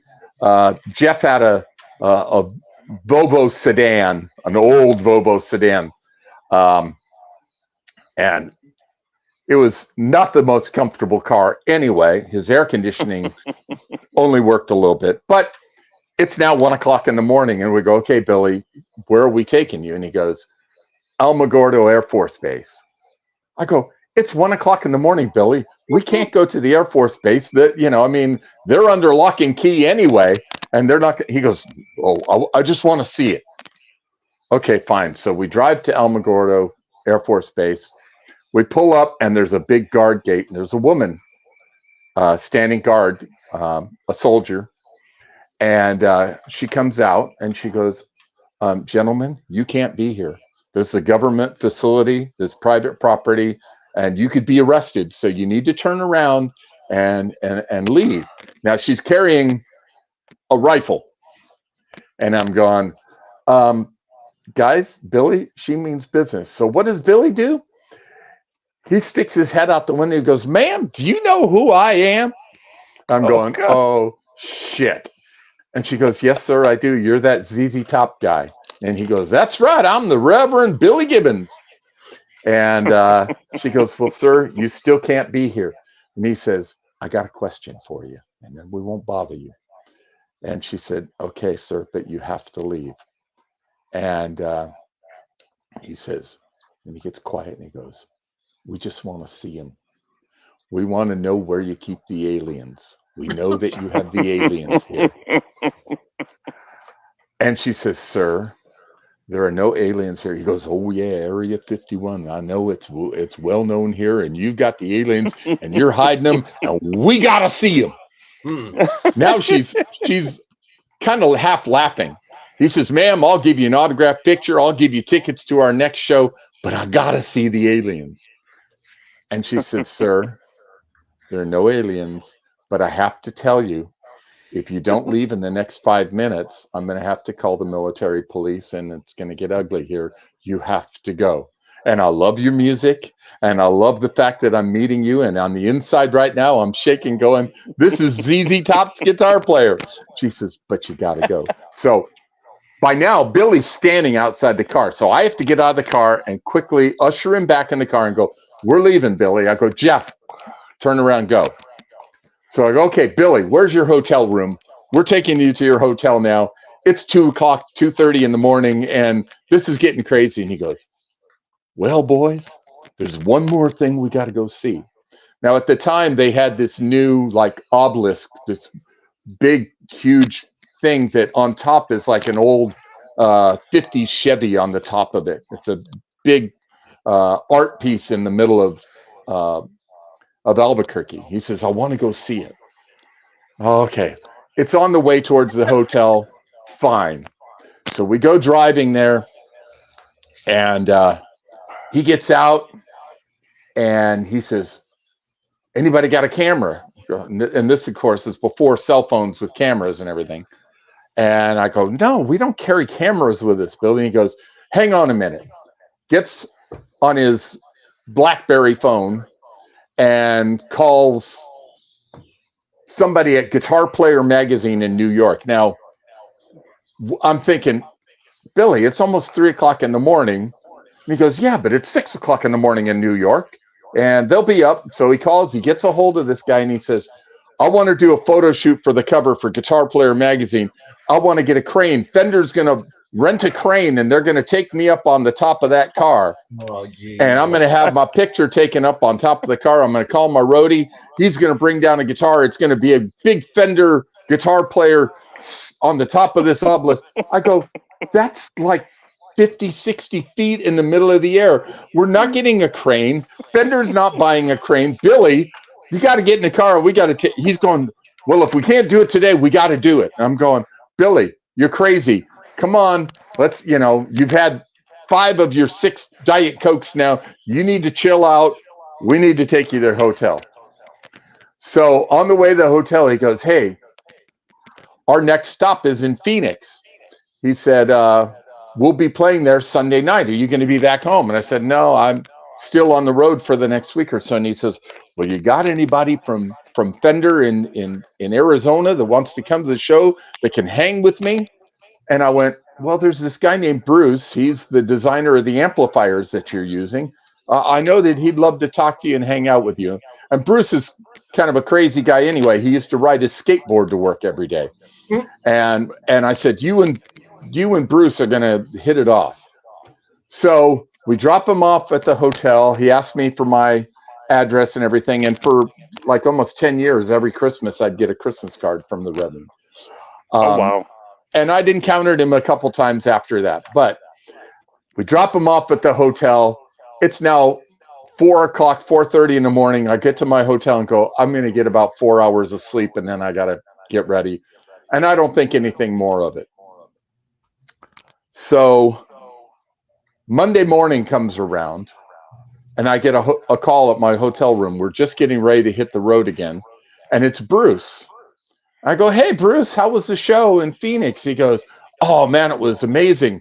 But after the show, Billy invited me to travel with them to the next show. So I got on their charter plane with them, and I'm up here in Seattle. And I go, okay, you're in Seattle. And he says, the problem is those guys have checked out already. They're heading to Vancouver. I'm stuck here in Seattle, and I don't know how to get home, and I'm supposed to be in the office today. They did the Sunday night show in Seattle, and then they got him a hotel room and everything. And in the morning, when he got up, they checked out, and he's going, I'm supposed to be at work. What do I do? So I go, well, you're going to have to call your boss. And your boss, my dear friend who just passed about a month ago, and you're going to have to call him, and you're going to have to beg for Fender to get you a plane ticket to get you back home. And I said, they're not going to be happy. But I said, I'm glad you had a great time with Billy and got to ride in the charter plane. But Billy's got a wanderlust that is borderline crazy. And he goes, well, you could have told me that in advance. And I said, I never talked to you. I just told Billy your name and he contacted you. You jumped through the hoops, dude. So that's my Billy Gibbons story. I love it. I love it. That's awesome. The moments that you'll never forget. That's a hell of a Yeah. freaking experience right there. One And of my absolute favorite stories of his. So Many great memories, many great stories. I mean, absolutely. And you know what? The guy was a sweetheart, gentleman, just a little wacky. You know, I mean, I could tell you, we talked about his Cadillacs that he owned and some of his cars, and he had a house in LA and a house in Austin, Texas. He invited me to come stay with him. And when I got home, I told my wife, I said, there is no way I'm going to go visit him because who knows where I'm going to end up. And I said, I like crazy, but that's a little wilder than I tend to, you know, eccentric. Let's just call it eccentricity. Yes, yes. What a fantastic story. That's great. That's awesome. Man. But yes, thank you so much, you guys. So what's in store now for your cigars? And when are they coming out? When are they out? What's going on? So you want to tell them about the event next Saturday? So next Saturday, May 18th, here in Mesa, Arizona, at my buddy's lounge called Culibre Cigar Lounge.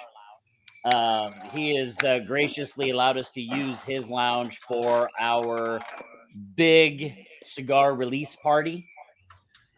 That will be the first time that the cigars are available for general public.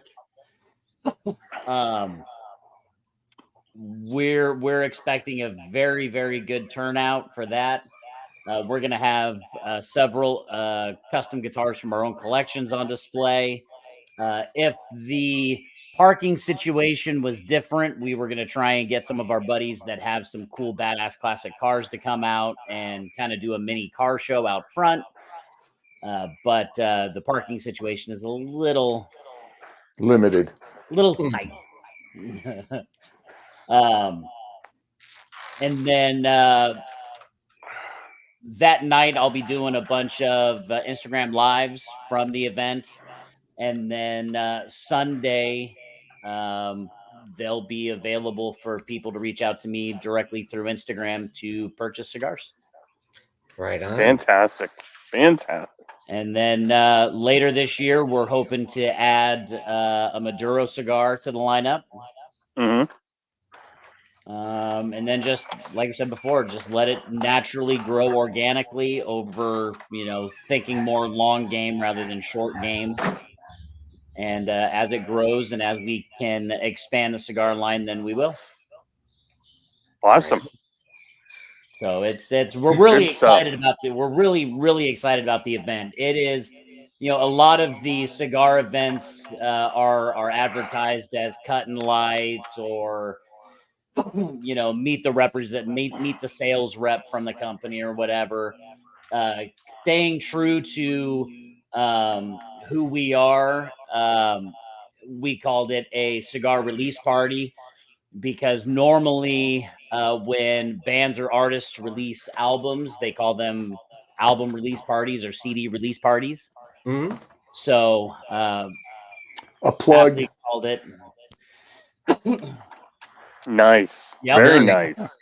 So nice. We'll have. Man, I gotta get an autograph from Jack. Jesus.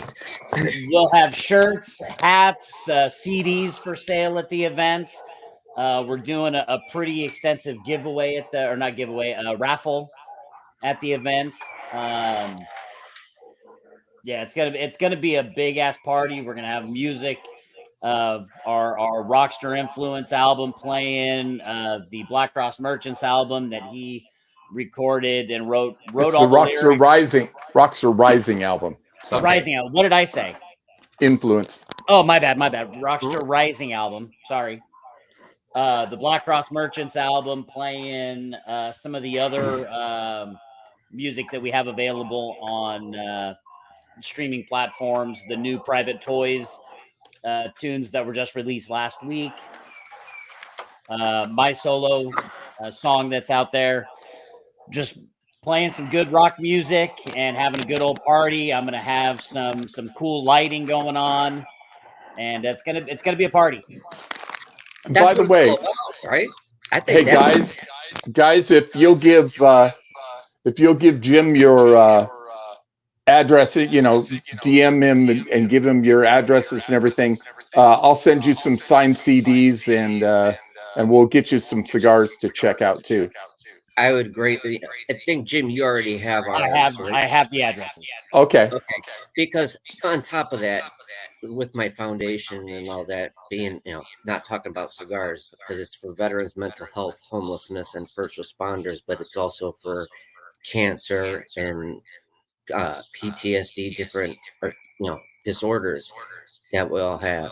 So again, thank you and congrats on your readmission. Thank you so much. Much respect. Like in mine, I'm giving back because you touched on something that's very sacred to me because it's a tough battle. And people don't get to see it because, like me, when I come on, I might have cancer because I'm looking at possibly pancreatic or bladder cancer. My Yeah. wife, she has pancreatic cancer on top of it that was just put out there. So bringing the awareness, and again, would love to have you guys. I know I talked to Jim and all that, but you have an invitation because I have charity golf event every year to be a part of that to raise money for that, and would love for the following year. I know that you guys are busy now, but hopefully you guys can be a part of that and come out and talk to people. We really appreciate that. And let me tell you, unfortunately, cancer touches just about everybody's lives. Mhm. I don't know if Jim has ever talked about it or if you guys are aware of it. He went it when his son was 6 years old, had non-Hodgkin's lymphoma and had to go through that at the same time that I was going through my initial radiation treatments. And so, yeah, it touches home for all of us. Mhm. And there are many other people out there. And again, I try to stay positive and let people know, you know what, you don't get, there's no do-overs, there's no cut, let's do this again Right. for our lives in a day. So we try to enjoy our day for everything for what it is. And doesn't mean that it's going away or that we don't have to take action to take care of it, but it's something we still have to take the time and be positive and enjoy the people in our lives and the day and the things that we can accomplish and enjoy, and Mhm. create those memories, because once we are long gone, all that remains is those things that we've left, whether it be the Exactly. cigars or the music or the memories that we've left with people. And that's what's primarily important. Oh, So, exactly. 'Cause it's and the legacy that I'm leaving behind to my grandchildren, to my exactly. kids, and Yep. because like our oldest son, he's a firefighter. That's my brother's a cop. I'm a vet. I mean, you're not promised tomorrow. Nope. And I've been real humbled by that because, with everything that goes on, like mine, they tell me, hey, one of my seizures can kill me. Okay. That's great. That's fantastic. But you know what? I can't worry about that. That's why it's always about being. Jim sees me when I come. It's all about being positive and all that, and what Yeah. you do today, what you can control right in front of you. Well, Make it. I'd like to share my slogan for life. It's very fucking short. No fucking solution, no fucking problem. Move on. If you can do something about what's going on, do it. If you can't, enjoy your life and move on. Do the things you have to do, but otherwise, enjoy your life.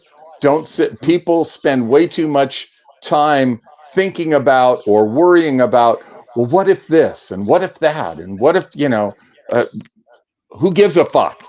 If there's no fucking solution for it right this minute, move on, enjoy your life, live your life, share your time with your family and friends, do the things you love, leave a positive mark on the world, leave the memories, and people go, you know what? He was a fucking good guy and he Mhm. enjoyed his life fully. That's all we can do as human beings. Absolutely. I Amen. love it. Amen. To that, my friend, and I appreciate everything that you guys bring to the table. And Jim, you're always amazing and all that. That's why I love having the Don't feed conversation. his head. Don't feed Oh, his ego. Come on. No, I do. I came on his podcast. I love his podcast. I came on his podcast a few days ago and all that, where we were yeah, able a to couple talk weeks ago. Yeah. serious, What? talk about What? serious You conversations. were on his podcast? Thanks, Jim. Thanks a lot.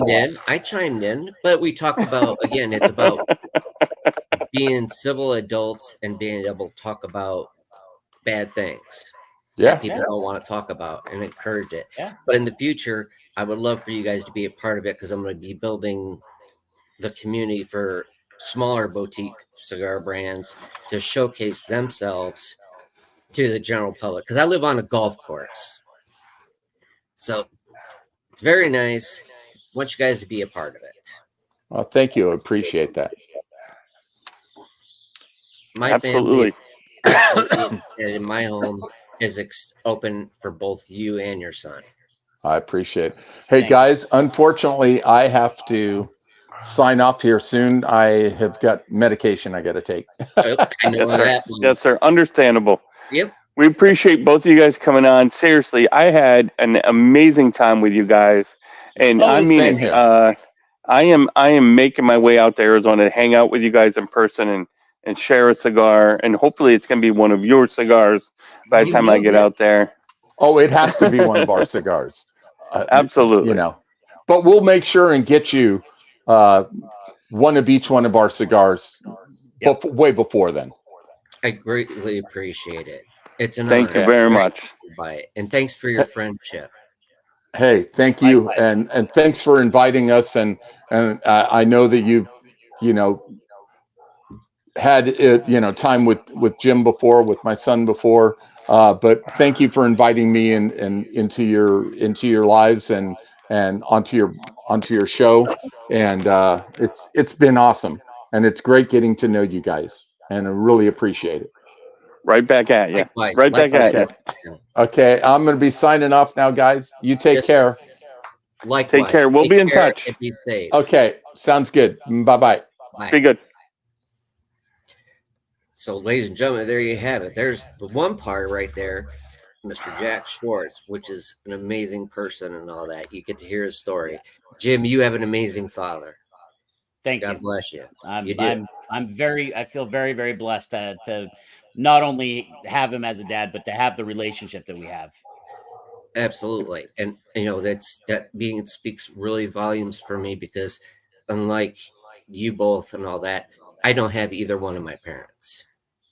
So it's very hard to have those moments, nothing to share it with, the successes or anything like that. Yeah. So I commend you guys on what you're doing. You're including your family members, and that means a lot. Absolutely. It Absolutely. does. Hey, and congratulations, Jim. This was for me a record-setting 6 cigars on this podcast. How many cigars? 6. He freaking burns through them. You This is smoked one. 6 fucking cigars?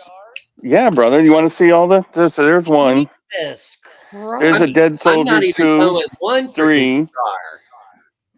4, 5, and God. 6. There you go. You have a problem, my man. No, I'm just Wow.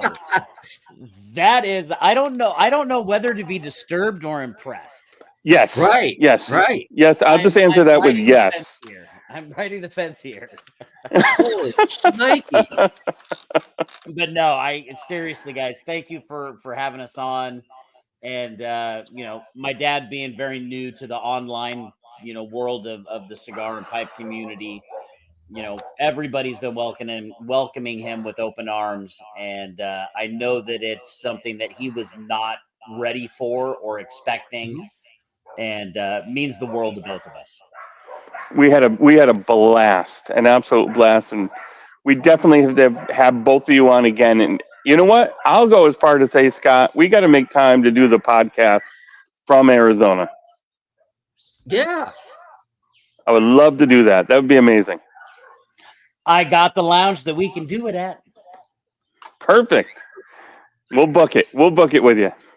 Yeah. Fuck yeah, We'll have bro. to come out. I know I definitely have to, but it's, touch and go again. Like I Yeah. say, when I don't talk about, if I can make it or not, a lot of it has to do with me and my Oh yeah. wife's health. If she's able Understand? to travel, Yep. because it's No, hard it's for her.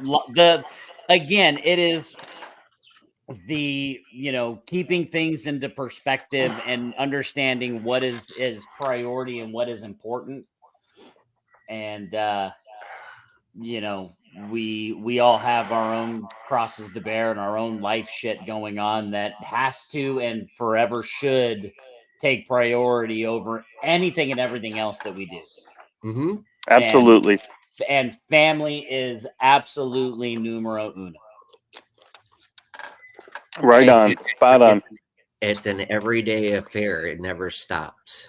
No. But again, congratulations in embracing you into the cigar industry, you and your father. Thank you, I sir. think it's exciting and all that. It's going to be one hell of a ride. And Oh, that it thank you is. for letting us be a part of it. And hopefully we'll continue all that. Like I said, very excited. A lot of people don't get showcased the way they should be, in my opinion.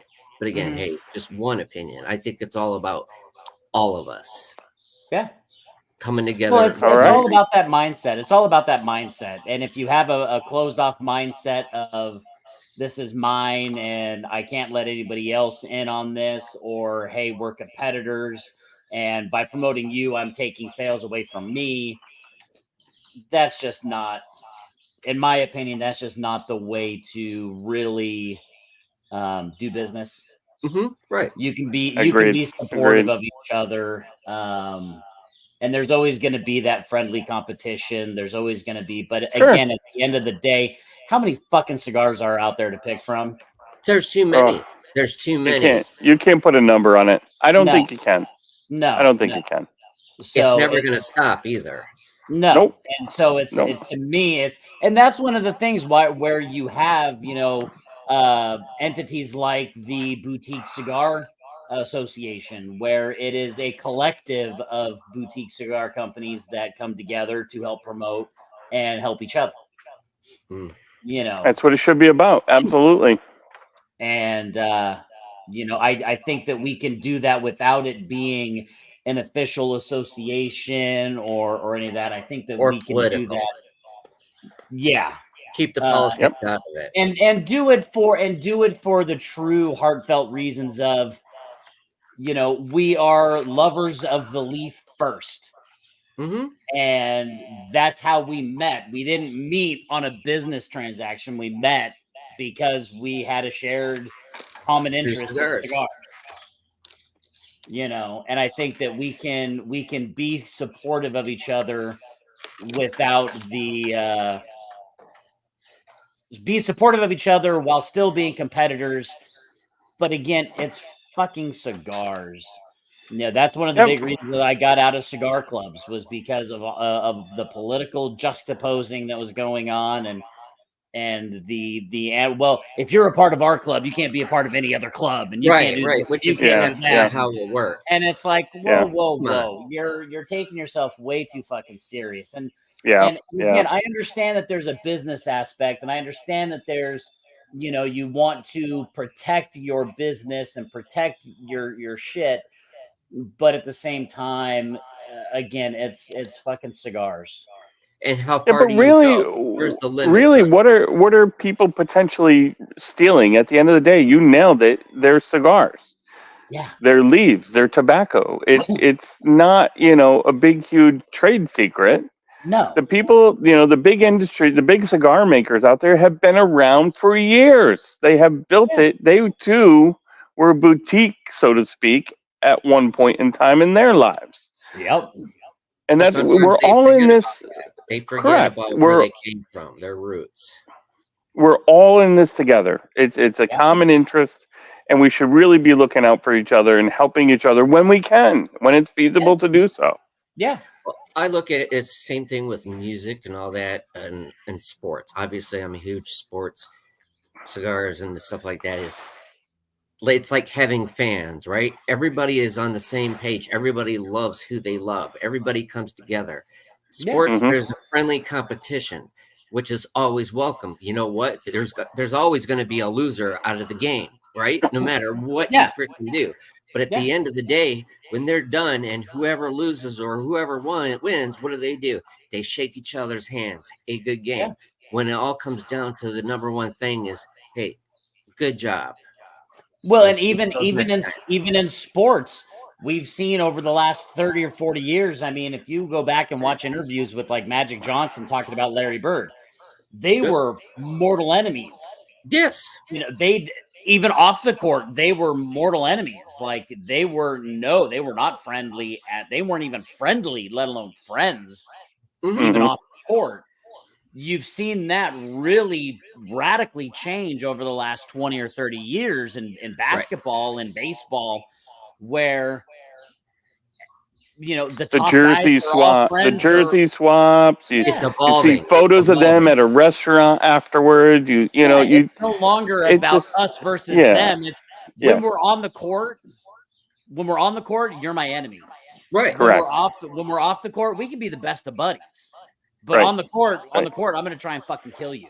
Right, because that's their job. You have to do Because it. It's the job. exactly. But it's the same thing like with the new ones. Like when It's you just get business. brothers, It's you just get business. Don't take it personal. yep. No. But when you have brothers that are playing on this, like the Watts brothers, right? My God, they're all over the place. But yet, at the end of the day, when they're all done, like you just said, Jim, is 100%. When we're on the field, we're there to destroy you. I'm not sitting there going to freaking sugarcoat it or let you get by me or whatever the case may be, whatever position. But at the end of the game and all that, then we're back to being brothers again. Yeah. Well, and that's things. It's like at a large cigar event, and there's multiple cigar brands there. I'm going to try and outsail you. Right. That's because now I'm on the court, so to speak. But it doesn't. The difference is it doesn't have to be done in a malicious way. It doesn't have to be done in a negative way. It's purely just I want to get more sales than you. I want more people smoking my cigar than yours. Now, at the end of the day, is it really up to me on what people buy or don't buy? No. People are going to buy what they want to buy. And usually at those type of things, what do people do? They buy a little bit from everybody. Mm-hmm. So it's keeping that competition, that competitive edge, because we are, as cigar brands, we're a business and we're in the business of making money. That's how we're able to continue to do what we do. Correct.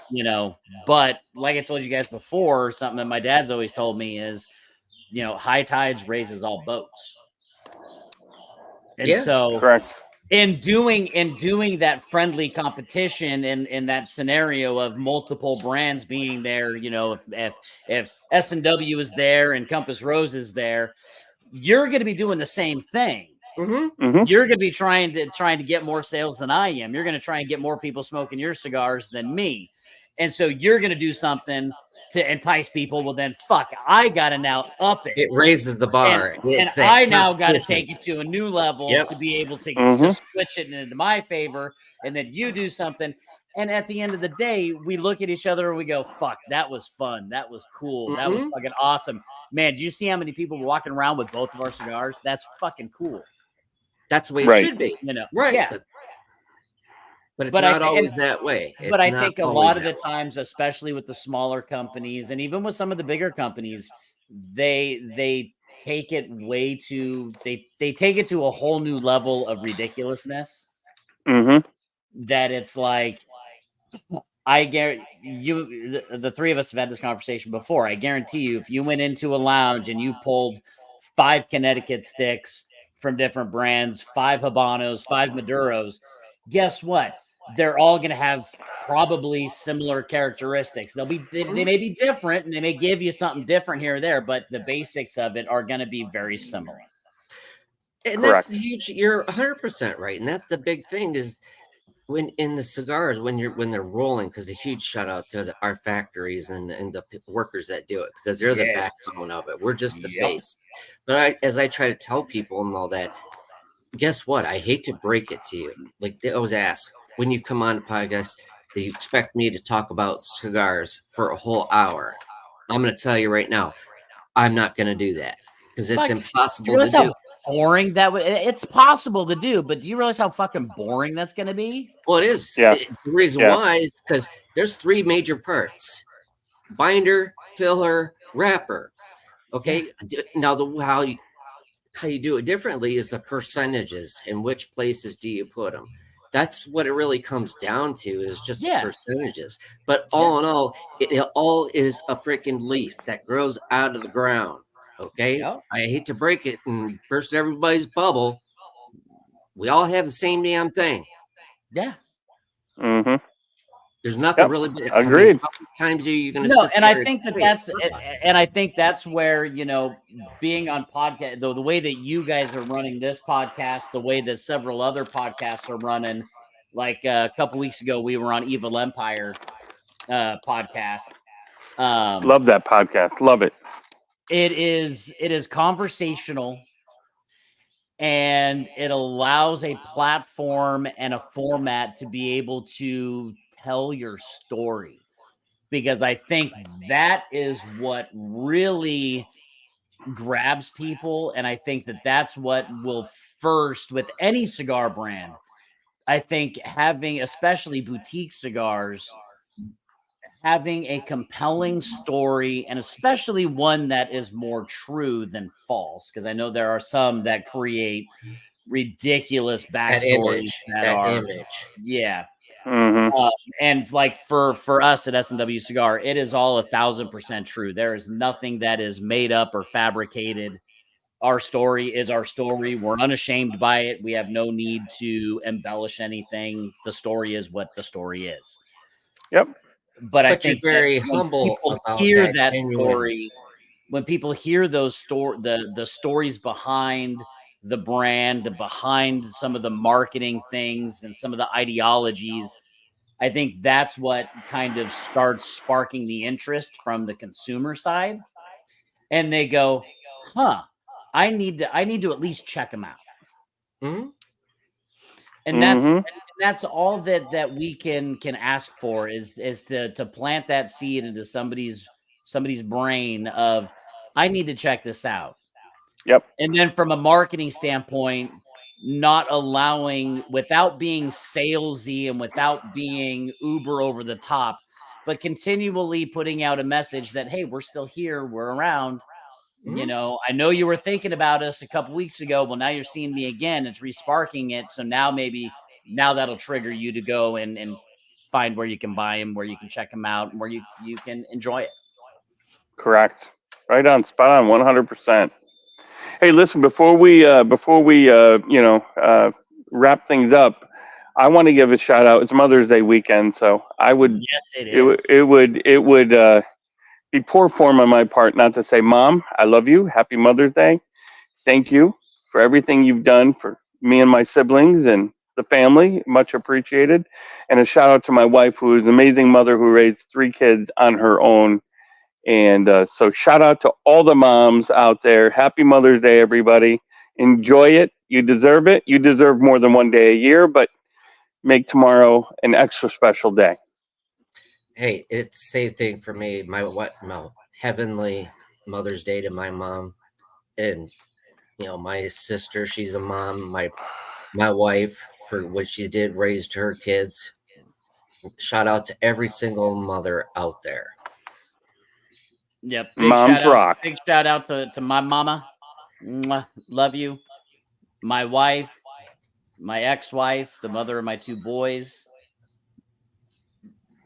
Couldn't have raised these children without these people and their Mhm. guidance and what they do all year round. You're absolutely right, OG. It's not a one day. It should be every day. Mm-mm-mm. They Every do it single day every is day. Mother's They Day. don't. They don't. And same thing with the father. Both when you have both parents or the single ones that are trying to do it, it's an everyday Yep. thing that doesn't stop. So Yep. one day a year doesn't do its justice. And just say, okay, now we're gonna have a special day. Every day should be special. Absolutely. 1,000%. Right on. Good on you, OG, for calling that out. Mhm. Well, I was going to at the very end and all that. I was just waiting because again, it's about recognizing people and uplifting everybody who deserves it and Yep. who's earned it. Basically, that's how I look at it: is you earned it, you put in the work for it. You're a mom, or on Father's Day, birthdays, whatever the case may be, Yep. even in the Yep. industries. Yep. Today, in a little while here, in about an hour or so, I'm going to be taking my both moms and my wife out to Mother's Day dinner. So they deserve Very more than nice. one dinner, but they deserve not to have to cook. You know what I mean? Mhm. They Yes, deserve sir. it. They deserve more than a dinner, but hopefully I know we're going to have a good time. So Likewise, I happy get to Mother's grill Day. out. Happy Mother's Day out there. I'm gonna be grilling on the grill and all that for my wife, so she don't have to do the cooking. Yeah, I think we're gonna. My wife's working this weekend, so I'm gonna surprise her tomorrow with something at work, and then next weekend I'm gonna take her out for dinner. Right Very on. nice. Very Absolutely. nice. Very cool. Well, Jim, Thank please you give again for having us on, man. That was oh, That was you're a welcome, man. Give your best, give our best to your dad. We appreciate both of you guys. This was amazing. I swear this is the best podcast I've been on. You guys, I could listen to you Oh, guys for don't be hours. blowing And smoke up my ass. well, I'm being serious. I'm being very serious. I could go on for another 2 hours if I didn't have plans. But seriously, I will definitely be out to Arizona, and I'm gonna love hanging out with you guys and sharing more stories and sharing a cigar and maybe a beverage or two. We'll have fun. Mm-hmm. You know it. It's the only way we roll, bro. That's right. Absolutely. And also, Jim, you're more welcome always to come out here to Indiana too and take part in different things. Well, Yeah, you're welcome to New York, but when you guys gonna get to New York realistically? see now. I will have to say, if I'm going to New York, I'm going to the New York that I love. The city? Yeah. I'll say Mm. it's 2 hours away. Me and my wife went out there for our 1 year wedding anniversary in 2016, and like we were staying right off Broadway, right by Times Square, Gotcha. Nice, and beautiful, I did not want to leave. I'm like, nice. I guess I'm very weird. I hate suburbia, but I love the two extremes. I either Mm. want to be like in downtown Manhattan and live and work and breathe and eat and sleep that lifestyle, or I want to be out in the middle of fucking nowhere on like 10 to 20 acres. Leave me the fuck alone, just off on Right my there. own. But those both of those lifestyles very much intrigue me and are very desirable. Right. That in between suburbia shit, fuck off. I hate Mm. this suburbia bullshit. Listen, I love New York City. I love Manhattan, but for only so much of a period of time, and then I have to get out of there. Yeah. But that's just me. But that's just me. And that very could well be the case for me as well. I mean, we only spent 4 days there.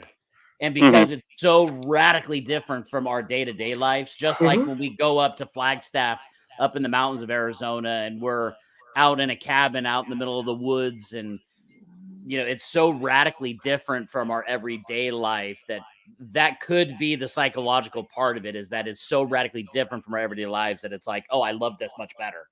Yeah. Well, Yeah. but I'm also not living it 24/7 every day. Right. Mm-hmm. Right. But Agreed. Well, no, gentlemen. I definitely do need to make it back to the great state of New York, because I love New York. And you got to Whenever come you to come out, Indiana. I when you get to the city, let me know. I will clear my calendar and come down and entertain and show you around. Awesome. And yes, and I didn't realize that you were in Fort Wayne. Got lots of buddies out in Fort Wayne. We could probably have a meetup of fucking probably at least 8 or 9 people. Yeah. I'm like 15 minutes away from Sweetwater, so Is there a fucking cigar lounge around in that area? yep.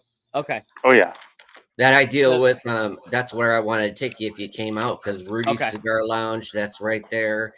You got Regal Cigar Lounge, Copper Yep. Canyon. There's different Yeah, ones. even if it's dudes that are out there that I know that are buddies of both dads and I that don't smoke, they'll still come and hang out just because they love hanging out with us. So Well, yeah, but and you're knowing what we're doing and wanting to be supportive of it, we've had the funny thing is we've had several of our friends that we've talked to in depth about what we're doing. And they're like, like 20 years ago, I used to enjoy like 4 or 5 cigars a year. Because you guys are doing this, I may have to get back into it a little bit more than even I used to back then. yeah. Oops. I did that in a podcast. It's pretty fucking cool. It is. It excites you, and that's what Yeah. you want to wake up to. It's exciting to have friends of ours because it is such a radically different industry. It's very cool. Like when we do the guitar stuff and we send, people pictures of what, the guitars that, we've helped design and are help putting out, people are always very supportive of it and very excited for us. With this being so radically different and getting even more excitement and support from our friends, that even guys that are like, I don't smoke, I don't ever smoke, I will never smoke. But like my event, I've had 4 or 5 people that are like, dude, I'll come and hang out for like a half hour, 45 minutes just to show support and just come and hang out. I'm not going to smoke. I'm not going to buy anything, but I want to come out and support and just hang out. But that's awesome. That's all and it's like, fuck, it's an awesome feeling. Please do. It's it's going to be a busy lounge, so there's going to be lots of smoke. So you're probably going to be smoking whether you like it or not. But they're like, okay, we just want to come out and support you in any way that we can. And so like, dude, share it around your circle of friends, and there's got to be at least 1 or 2 people that have at least had cigars before that might be interested. It's a friend of a friend kind of thing. Yeah, fuck it, I'll go. You're gonna go? Yeah, fuck it, I'll go. Absolutely, that's awesome. So. Hey, love to have your freaking cigars here. Like I said, I got a golf course, so people smoke cigars, so you'd be able to freaking just hand them over the fence and sell them. See, strategically placed. We may need to speak offline about working out some kind of arrangement for that. But like I said, my backyard, I'm off the 16th hole.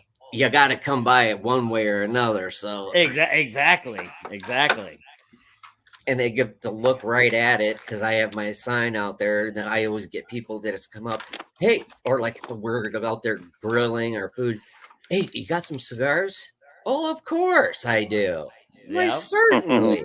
Certainly. Exactly. Pop up a tent and it just goes from there. Yep. And it's the word of mouth. It's a calling. It's a calling sign, There you go. But that's what I'm going to be doing every single year at the charity golf event where yes, I listen to the boutiques where they have their association and everything else like that. But to me, I'm one of those assholes. I'm the stubborn one that don't care about all of it because they're not doing it for the ones that are coming up.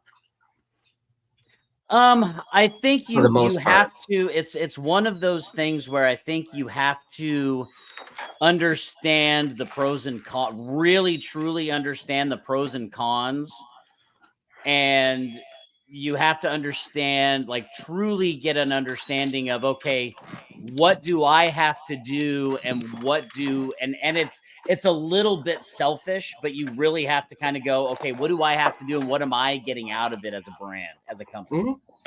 And if it makes sense to do it, then you should absolutely do it. If it doesn't make sense for whatever the reasons, then you don't do it. I think that an organization like the BCA has its place and has its positive aspects, but I think that there are also some aspects that you have to be ready for and knowledgeable about of how it impacts you, maybe not negatively, but how it can impact you in different ways that maybe you weren't expecting. Like I said, I don't ever down anybody, or it's just one of those things. It's like I totally get what they do and all that. I have utmost respect for them. They do great jobs, but sometimes it's about the smaller people too. It's about embracing the new ones and kind of like being that mentor. Like, hey, if you need any help or any information, please, I'll extend my olive branch to you and want to help you out. Now, I will Open that tell door. you that there are at least 2 companies that I am fully aware of that are a part of BCA that have owners that will bend over backwards to help out and give advice to the younger companies coming up that are a part of BCA. Even if one of the companies, their president of sales, I've been able to piggyback ideas and asking for different pieces of advice from him over the last 6 months. Mhm. And he's been very open with giving me, what his thoughts and opinions are on certain things and his words of advice on certain things. Some of it hasn't made sense for us because of just where we are and we're so young and small. Mhm. And other things have really given me things to think about, to bring to the table in conversations with dad on what does he think of this? What does he think of that? Um, and like I said, some of it doesn't make sense right now, but some of it at least is opening up the doors to the conversations Mhm. Hmm. and being able to have a little bit of information about some of the inner workings of it. And so, while yes, it can get political, I think that there are some people within those companies that are very open. You just have to approach them in a way that is um seeking advice and not wanting them to do it for you. And I Mhm. think that's where I think on a business side, and this is where I think a lot of companies in any industry have a hard time with, is not understanding the business, not understanding how to run a business properly. And they know the product, they know what they want to sell. They're really good at the product side of it. They're pretty good at social media side of it, but they're not good at running a business. They're not good at understanding supply chain, highest quality for lowest price. Mhm. Um, they don't understand. There is a formula to figure out what your retail price should be, what your wholesale price should be. Um, a lot of people that try to run business, they don't understand the basics of how to put out a product to make a decent profit to where they can grow, reinvest in the company, and grow.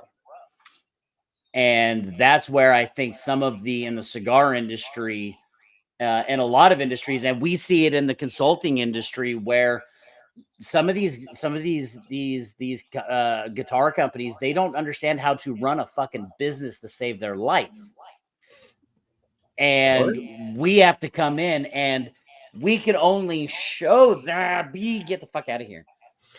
In the consulting world, it can get frustrating at times because depending on how deep they want to get us into their company, we can only tell them so much. We can only show them so much before we have to go, look, you don't know enough. You just don't know what you don't know. So in order to get to where you want to get to, you need to hire us to do it for you. Mhm. And I think Great. in cigar industry as well, you have certain people that come at it from an angle of not understanding that they don't know what they don't know. Fucking bees. Ugh. I got like 3 fucking bees in here Oh now. God damn Jesus. it. Get the fuck out of here. Ladies and gentlemen, it's safe. Arizona Jim, he's good. uh, I He's have not bees. I'm crazy. not crazy. There are bees flying around in my garage, and I'm not allergic to them. They just freak me out. I am Um, allergic to them. I am allergic to bees. So but so I think that's where some of the problem lies, is when some people are approaching um, other people in the industry. Not only are they asking for help, but they're like, oh, without building a relationship first, they're automatically out of the gate going, well, hey, give me your resource for this, give me your resource for that, or can you do this for me, or can you do that for me? And it's like, dude, I've got my own shit to do. Mm-hmm. I'm more than happy to give you advice, and I'm more than happy to talk to you, but I can't just fucking do it for you. You got to put in the work. You got to do the work. You know, that's you got to figure it out. You got to figure it out, trial and error. And that's where we have been so blessed and so lucky to have Fred and his factory really going above and beyond to make sure that, you know, from sourcing our bands, getting us to a place that does super high quality at amazing prices, to, you know, the factory, you know, giving us a great price on the cigars, you know, making it possible for us to actually be profitable, you know, a lot sooner than I think a lot of people are in a situation to be. And it all stemmed from, we built a relationship and became fairly close. So when it was time to go, it wasn't even, I didn't even ask him. He just went, hey, do this, do this, do this. I've already gone through the pain and suffering when I first got into it, because I didn't have a mentor. I didn't have somebody to help walk me through this process. I had to figure it out on my own, trial and error. I had to get involved with shitty people. I had to get involved with shitty companies. I had, you know, people that screwed me over. I now have this network that I'm willing to share with you. I didn't even have to ask him. He just went, I got you. Nice. And that's awesome. I think a lot of people in business in general fail to realize and understand how much of your business is predicated and how successful your business can be, is all predicated on the relationships. If you look at everything as transactional, you're going to get that kind of treatment. Right. But if you come at it from an angle of a friendship, a relationship, we like to say, a win-win-win situation where everybody wins in the transaction, you get treated much differently. You know, it's like, Scott, you and I were saying before, it's like we were brothers of the leaf before we started having business conversations and industry conversations. We were just dudes. You had your cigar company, but because I was just a consumer, that was the hat that you wore when we first started talking. And it was, you know, yeah, I've got my cigar brand, but I love cigars, and I don't just smoke my own brands. I smoke everything because there's so many good fucking cigars out there. Yeah. And while, yes, I love my cigars, and I would smoke my cigars all day fucking long, but I got to make money. Right. So I can order more. So I can't smoke all of my cigars, because I would if I could. But the conversations, same thing with you. It was, you know, first several times talking with you, it was, we were just talking about cigars. We were talking about life. Yeah. We were talking about, you know, random shit like we do on my Sunday morning show. Yep. You know, and there's a friendship, there's a bond, there's a relationship that is built. And on a business side, those are even more important to manage and maintain and continue to grow, to help your business succeed. And I think a lot of people run into problems because they look at everything as transactional. Even people that buy the cigars, it's, you know, they buy it and they're like, see ya, bye. Guess what? Yeah. People that buy my cigars, first thing I'm going to tell them when I ship out the cigars, I'm going to go, hey, here's your tracking number. Please let me know when you smoke it. Let me know what you think about it. Really want to get your feedback on it. Yeah. And then continue the conversations. And then if there's things about it they don't like, I may not change anything about my cigars, but it may change some of my ideologies going forward in other blends, by getting some of that feedback from the consumer side, because I want the consumer to be happy. with what they're Correct. paying their money for. Always. Because essentially, Correct. what the fuck are we doing? We're burning money. Right. And so I want people to be happy with their experience that they're having while they burn their money. Well, that's the Absolutely. biggest thing is the experience. The experience side is the biggest part of it. Like me being in the electrical union for so many freaking years, you get to understand the business side of it. It's like, hey, we understand that there's product, everything's about production. Okay. Yeah. You got to produce. But what a lot of people fail to realize also is they get away from that quality.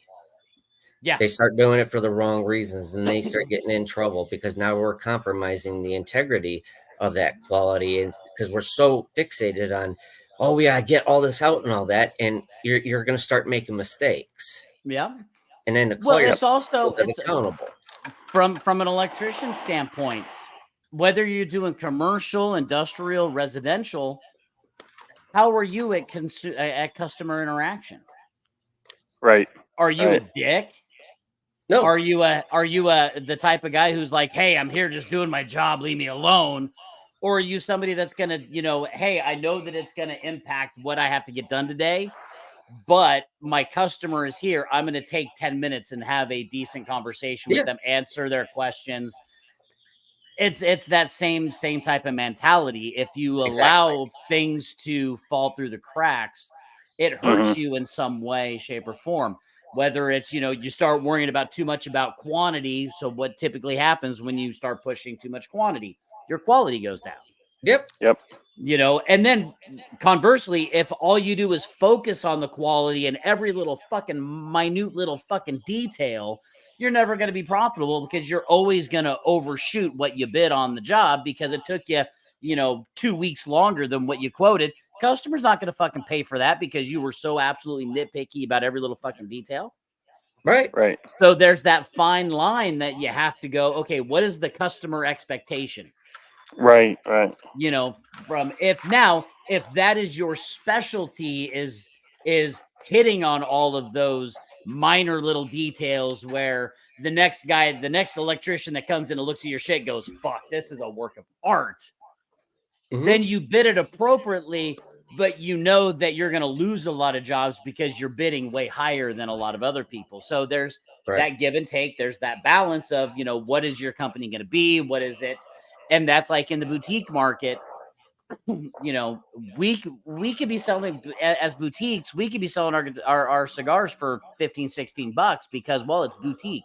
It's small quantity. Right. I don't want to do that because that automatically is going to go as a consumer. I look at that and go, okay, is that Habano cigar going to be $6-7 better than the cigar at $10? Right. And a lot of the times, from my experience, that answer is no. So finding that sweet spot where you're like, okay, I'm not a budget stick, but I'm not super overly priced. I'm in a sweet spot where, yeah, some people might go, I'll buy one just to try it out.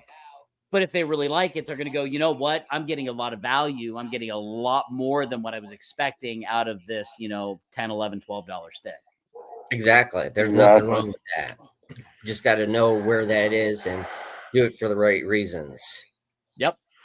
All right, gentlemen. Listen, I hate to do this, but I am out of time. I got the 5-minute warning signal, so all right, brother. I have to go. All right, brother, man. But hey, Jim, again, thank you guys. I appreciate you.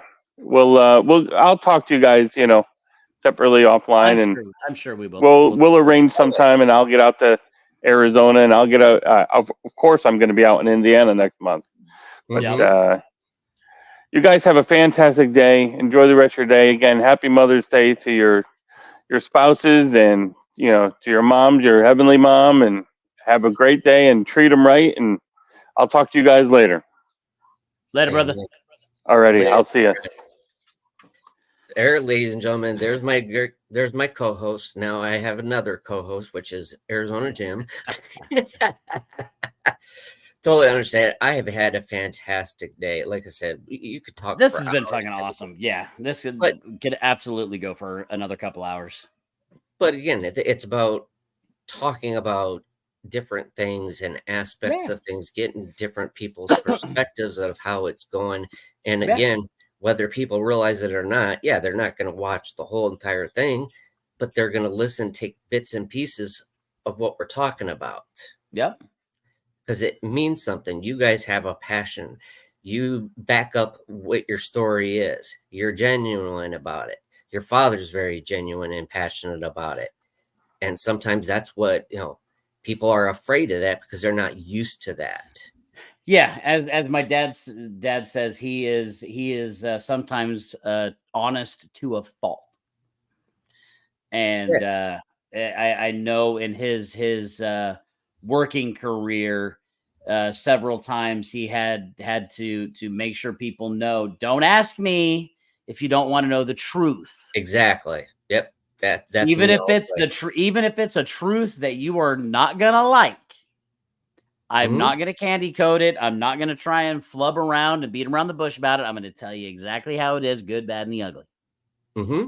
So if you can't handle it, don't ask me because that's what you're gonna get. Well, that's the same thing what I use for, even in being in the military, being an electrician, all those come into plays. A lot of it comes with, from my aspect, is lives are at stake here. Yeah. Whether it be military, whether it be a trade or, electrical trade or any type of trade, to be perfectly honest, is like electricity.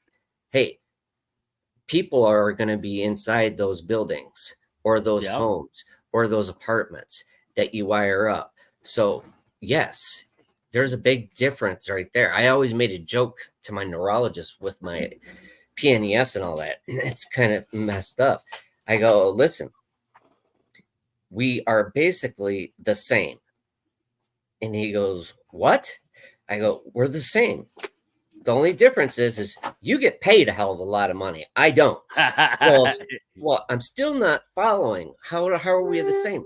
I'm thinking like, well, think about that for a second. Electricity. Okay, same thing with your brain. You have neurons and everything that's going, it travels. Yeah. What is surgeons, what are neurologists is point of travel? What is your job?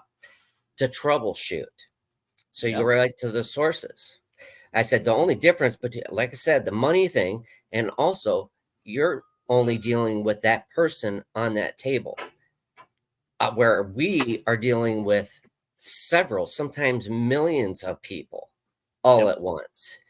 A home, those are people's lives that you're in charge of. If you don't wire something correctly, or you try to cheat your way and you cause a fire while they're sleeping or during work, I mean, so many different factors come into play. That's the kind of attitude that I have with my company, and same thing with the foundation.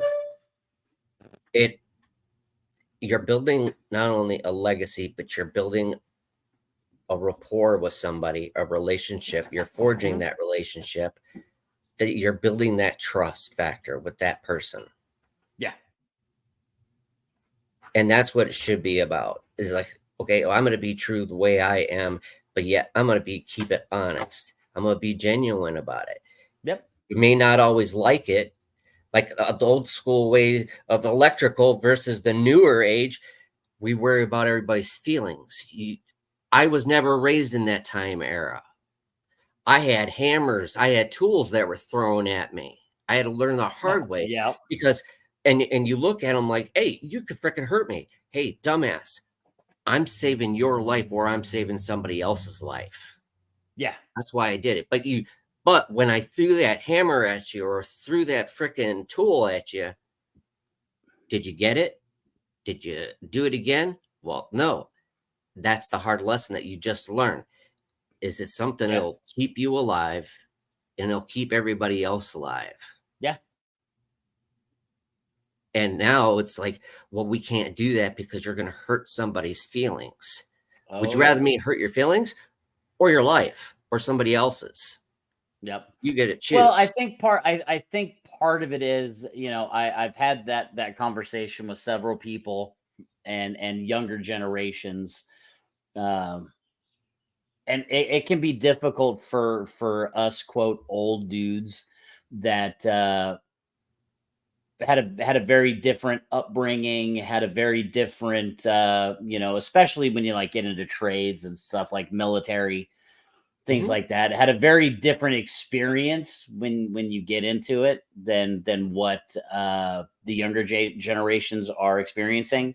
Mhm. And I think where the conversation gets lost in the mix with the older generation and the newer is and I know that I'm guilty as shit of this, is there's very seldom that I have seen, or when I talk to the younger generations, this is how they feel.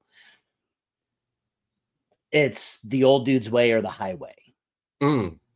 And there's very little compromise in on either side Correct. of making adjustments on how we deal with different people. And this is where I know it's difficult for a lot of managers. Mhm. You cannot treat everybody the same. Right. You have to treat everybody fairly. You should treat everybody fairly. But what drives and motivates one person is different than the other person. Mhm. One person may be driven by title and the status that it brings with having a particular title, whereas another person could give two fucks about what their title is, pay me more money. Mhm. Um, Another person could care less about either of those things, and they just want to be told on a regular basis, hey, you're doing a really good job. Right. You're working. I see that you're working hard. I recognize that you're working hard. Thank you. But that, Um, yeah, you're saying that 100% right, Jim. I mean, because the big thing, like for me, is yes, I've had to learn a lot of new things, and that's what a lot of the times is people fail to want to learn something, like know the mhm. whys, and I'm guilty of that. I'll be 100% about it because I was closed minded instead of, hey, take the time and educate yourself about what they're going through. Mhm. Let's figure out and that works both ways to Yeah. where the younger generation has to try to learn the old way too. There's no real right or wrong way of doing it as long as you're coming up with the same kind of result at the end of the No, day. the biggest thing is recognizing who it is, like in a working situation, recognizing who it is that you're working with and understanding what drives and motivates them. There are Mhm. still those that you can kind of fall into some of the older ways where you throw the tool at them and you go, "What the fuck are you doing? Mhm. Do you understand that what you're about to do could really you could fucking kill yourself, or you could burn the fucking place down Or blow up. or blow up?" And then there are other people that you need to go over to. You need to put your hand on their shoulder. You need to tell them, stop, Mhm. stop, safely put down whatever it is that you're doing right now. Come over here. We need to have a chat. And then they come over and you go, look, what you were doing, yada, yada, yada, yada, yada. And be a little bit more calm and have and making it more about an educational experience for that person. That's how they're going to get the biggest benefit out of it. Mhm. And I think that is where, as the older generation, where a lot of times we didn't give a fuck. And Nope. our bosses didn't give a fuck. If you fucked up, you were getting an ass chewing, and they were calling you every fucking name in the book, and Mhm. nobody said anything two ways about it because that's how it was. Now, yes, I think that there are a large there's unfortunately more than we'd like to admit sometimes of the overly sensitive, Mhm. but it's the world that we live in. Yeah. And you can either accept it or you can continue to buck it and you can continue to be resistant to it and not try to grow yourself as an individual. And by yourself, I'm not speaking to, I'm Right. No, just I in know. generalities. Um, I think the thing that we have to remember is that even us old fuckers are still learning shit every day, Yes. and not be closed off to the idea of it may not be how we did it, it may not be how we were taught, but we still have to teach somebody. Mm-hmm. And so how am I going to most effectively do that? Yeah, and that brings up a lot. I mean, there's different eras. People are going to have generational gaps. There's Oh always yeah. going to be that. But you got to be willing to embrace that. And it's like, okay, well, how can I do this a better way? I'll tell you one thing. If I'm doing my electrical job and all that, and I won't change my ways, I don't care who it is, because I don't want them to die. That Yeah. doesn't go to for any other reason and all that. There's a different scenario. Like if someone's just doing something wrong, but it's not going to hurt anybody. Yeah, it's a teaching moment. But if it comes down to it, I see someone getting ready to go into a freaking panel without it being locked out, tagged out, or being drunk and all that. I'm throwing shit at you because I don't want you to not be here anymore.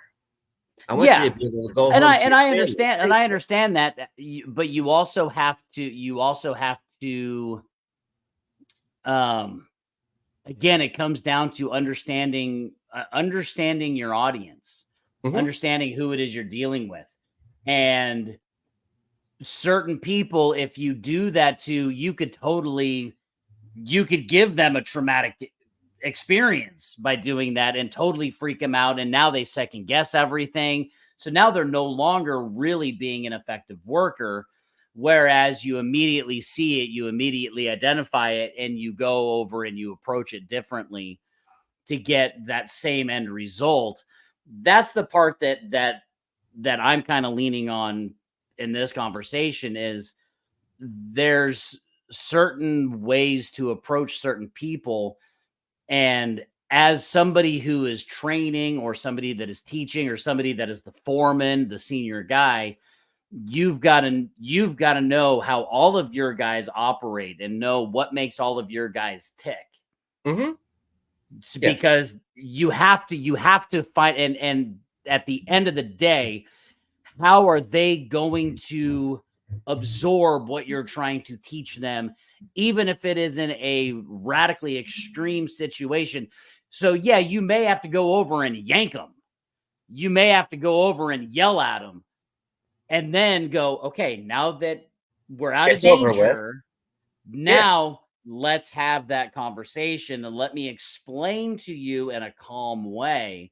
Whereas other people can still be, you throw the fucking tool at him, you go, what the fuck are you doing? I know that what the fuck are you doing? Oh, I wasn't thinking about it. Or, they come in hungover, they come in, they didn't sleep at all or whatever. And you're like, dude, get the fuck out of here. Mm-hmm. There's different times you're right, different times for everything. Like me, after throwing the tool, I'm going to explain to them as long as they're in a safe manner. And I'll do it, because that's just the way it is. But that goes in any job. You got to take the time to explain why they're doing something.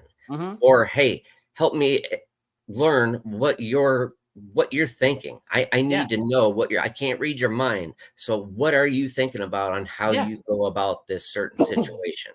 And one of the biggest things that I've learned, having an 18 and 20-year-old, that I'm still trying to embrace, in as many situations as you can, allow them to make the mistake. Yes. Physically watch them make the fuck up. Watch them make the mistake. And then wait until you see that light bulb go on in their head that they go, oh, I fucked up. Then that's when you go, hey, so having some problems here, are you? Let's walk through it. I watched you do it. I know exactly where you fucked up. I know exactly where you took the wrong turn. Let's backtrack it. You backtrack to where you think you made the mistake. Yep. Because it's the story of time. We learn the most through failure. Mm-hmm. And you just hope that, your mistake isn't something that is life altering. You hope that the mistake isn't something that's going to hurt you or somebody else. but you have to allow them to.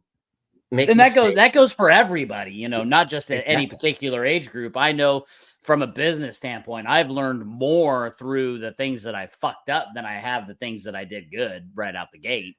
Well, yeah, I had to go through mine freaking learning this industry and all that, and hey, having the screw ups, having Yeah. the failures and all that. But Yeah.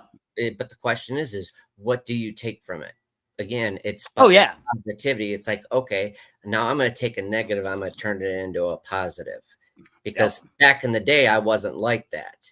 I was just bullheaded. But again, it's about allowing yourself an open mind when you're going into something and taking the time to learn and educate yourself about it.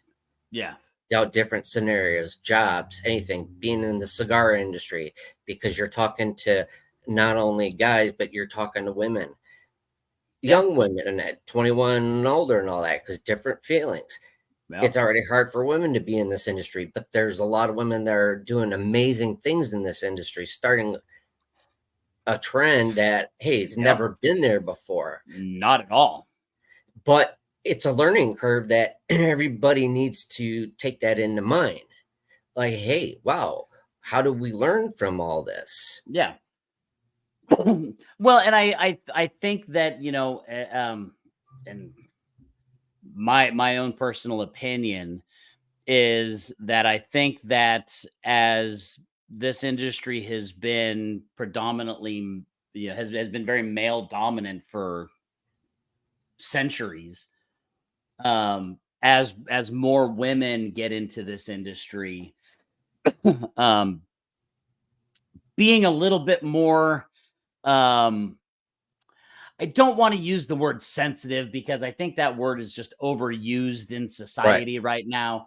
But Yes. I think as men, we need to be a little bit more aware of the fact that there are more women that are becoming very successful in the industry. Mm-hmm. Um, I I also think on the flip side of that is that women need to, when it comes to, I've heard of some horror stories of what some women have had to deal with, and it's completely inappropriate and completely wrong. And in those bordering on extreme situations should never happen. But I also think that women need to understand that this has been a male dominant industry. Yes. And you have to go into that with eyes wide open and understand that you you you can't be overly sensitive to every tiny little fucking thing. As it becomes more normalized, as it becomes more prominent with females and women in the industry, I think that will change the dynamic as time goes Yes. on. But Well said. as it's changing, be a voice for that change. You know, don't be a fucking douche canoe. And yes, because at one time this was very much a good old boy fucking industry, the shit that could be said before is just not something that should be said anymore. Mm-hmm. But at the same time, understand that you are kind of walking into a men's locker room and you are changing the dynamic of that room. And I think that there are more men that are embracing that, but it takes time for that change to really take hold and take effect industry wide. And while that change is occurring, when something is egregious, call it out every Yes. fucking day of the week. Call that shit out and get people straight. On how just in general people should be treated, not just men or women, but just people in general. But understand that the industry is what it is, and as it's changing, there's going to be a lot of growing pains. Mm-hmm. And if everything starts becoming a problem, then nothing really is a problem. And so call out the problems, call out the areas that need radical attention, but also have some thick skin and understand that this is what you're getting into. and you can either really buck it or you can embrace what it is and become a part of the industry and make changes along the way. That's, I think, is more long-term sustainable. Well, as you said, it's like a generational cigar brand is the consistency. The more consistent you become at it, the more regular it becomes. Exactly. Exactly. Well, And I people know that don't. there's a lot of the smaller boutique companies that are really they're creating lines of cigars and branding and imagery that is really trying to appeal to the the younger generation of smokers. And Mhm. so they're and I know some of the older guys that are going, that is so fucking juvenile and stupid. Like, that's ridiculous. There's no way I would carry that in my lounge. And it's like, okay, to you it is, but there's a much younger demographic that finds that pretty cool. Yeah, but That that's that. they find it. It's like Espinal Puro. They've got their chicken choker. You Yeah. know, totally a play on what you think it is. And it's fucking hilarious. But I know that there are people in the industry that go, that is so distasteful. That is not what cigars are about. And it's like, well, I can see your point on it, but you also have to understand that there's a younger generation that find that funny and comical, and they're going to buy it and smoke it purely because of the Just novelty of the because, right. fact that they now have a cigar band that says chicken choker on it. It's funny. It's good. And oh, still there? Yeah, Yeah, I'm here. I did it. I do gotta jump off here though. Oh, yeah, eventually. Oh, man, we've been It's talking almost for. it's almost 3 hours, bro. Yeah, see? Have a good time, though. But again, it's about the whole evolving and getting used It's to it, but being evolving, it's consistent. learning, and being open to new ideas, being open to new experiences, because after all, this is all about experiences anyway.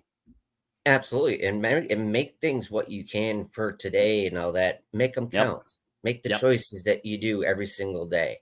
And again, I just want to congratulate you and your father and wish you guys nothing but success Thank you, in brother. this industry. I wouldn't have it any other way. You have our support because not only as a company wise, but as a friend wise or a foundation, we believe in you guys. And much props goes to your father and your son. You know, Thank you. Thank you. that means a lot because when he touched it, that opened up a wound at that moment. That's always going to be It's ongoing, and it's a Yeah, battle, it is. and it doesn't change. But for the pure friendship of it and being open and embracing S&W Cigar Company, I welcome you. Thank you, sir. Much appreciated. And thank you guys for coming on and talking about it and many more times. Again, just send me the stuff so you can be part of it and love to Yeah, work with you guys. likewise. Thank you again. Ladies and gentlemen, there you have it. There's Arizona Jim right there, Mr. Jim. Fantastic person. His father was on earlier and all that, Jack Schwartz. Please check them Likewise, out brother. at S&W Cigar Company. They're going to be coming out strong. Their Yes, new sir. release next weekend. So go check them out. It's going to be exciting. If you have any questions, ask them. Yep. What's your last thing that you would like to say, Jim? Follow us at S&W Cigar Co on Instagram and Facebook, and that'll keep you up to date on everything that we got going on. And looking forward to what the future holds for Pops and I and S&W Cigars. Hell yeah. Hoo-yah. That's how I got to say it. Love you, brother. Love you, Have a man. great day. You too, Bye. brother. Bye. Bye. Well, ladies and gentlemen, thank you very much for attending and all that. Mr. Arizona Jim himself and his father of S&W Cigars. Thank you very much. Have a blessed day, and God bless every single woman out there for Mother's Day. Love y'all, and keep it smoky.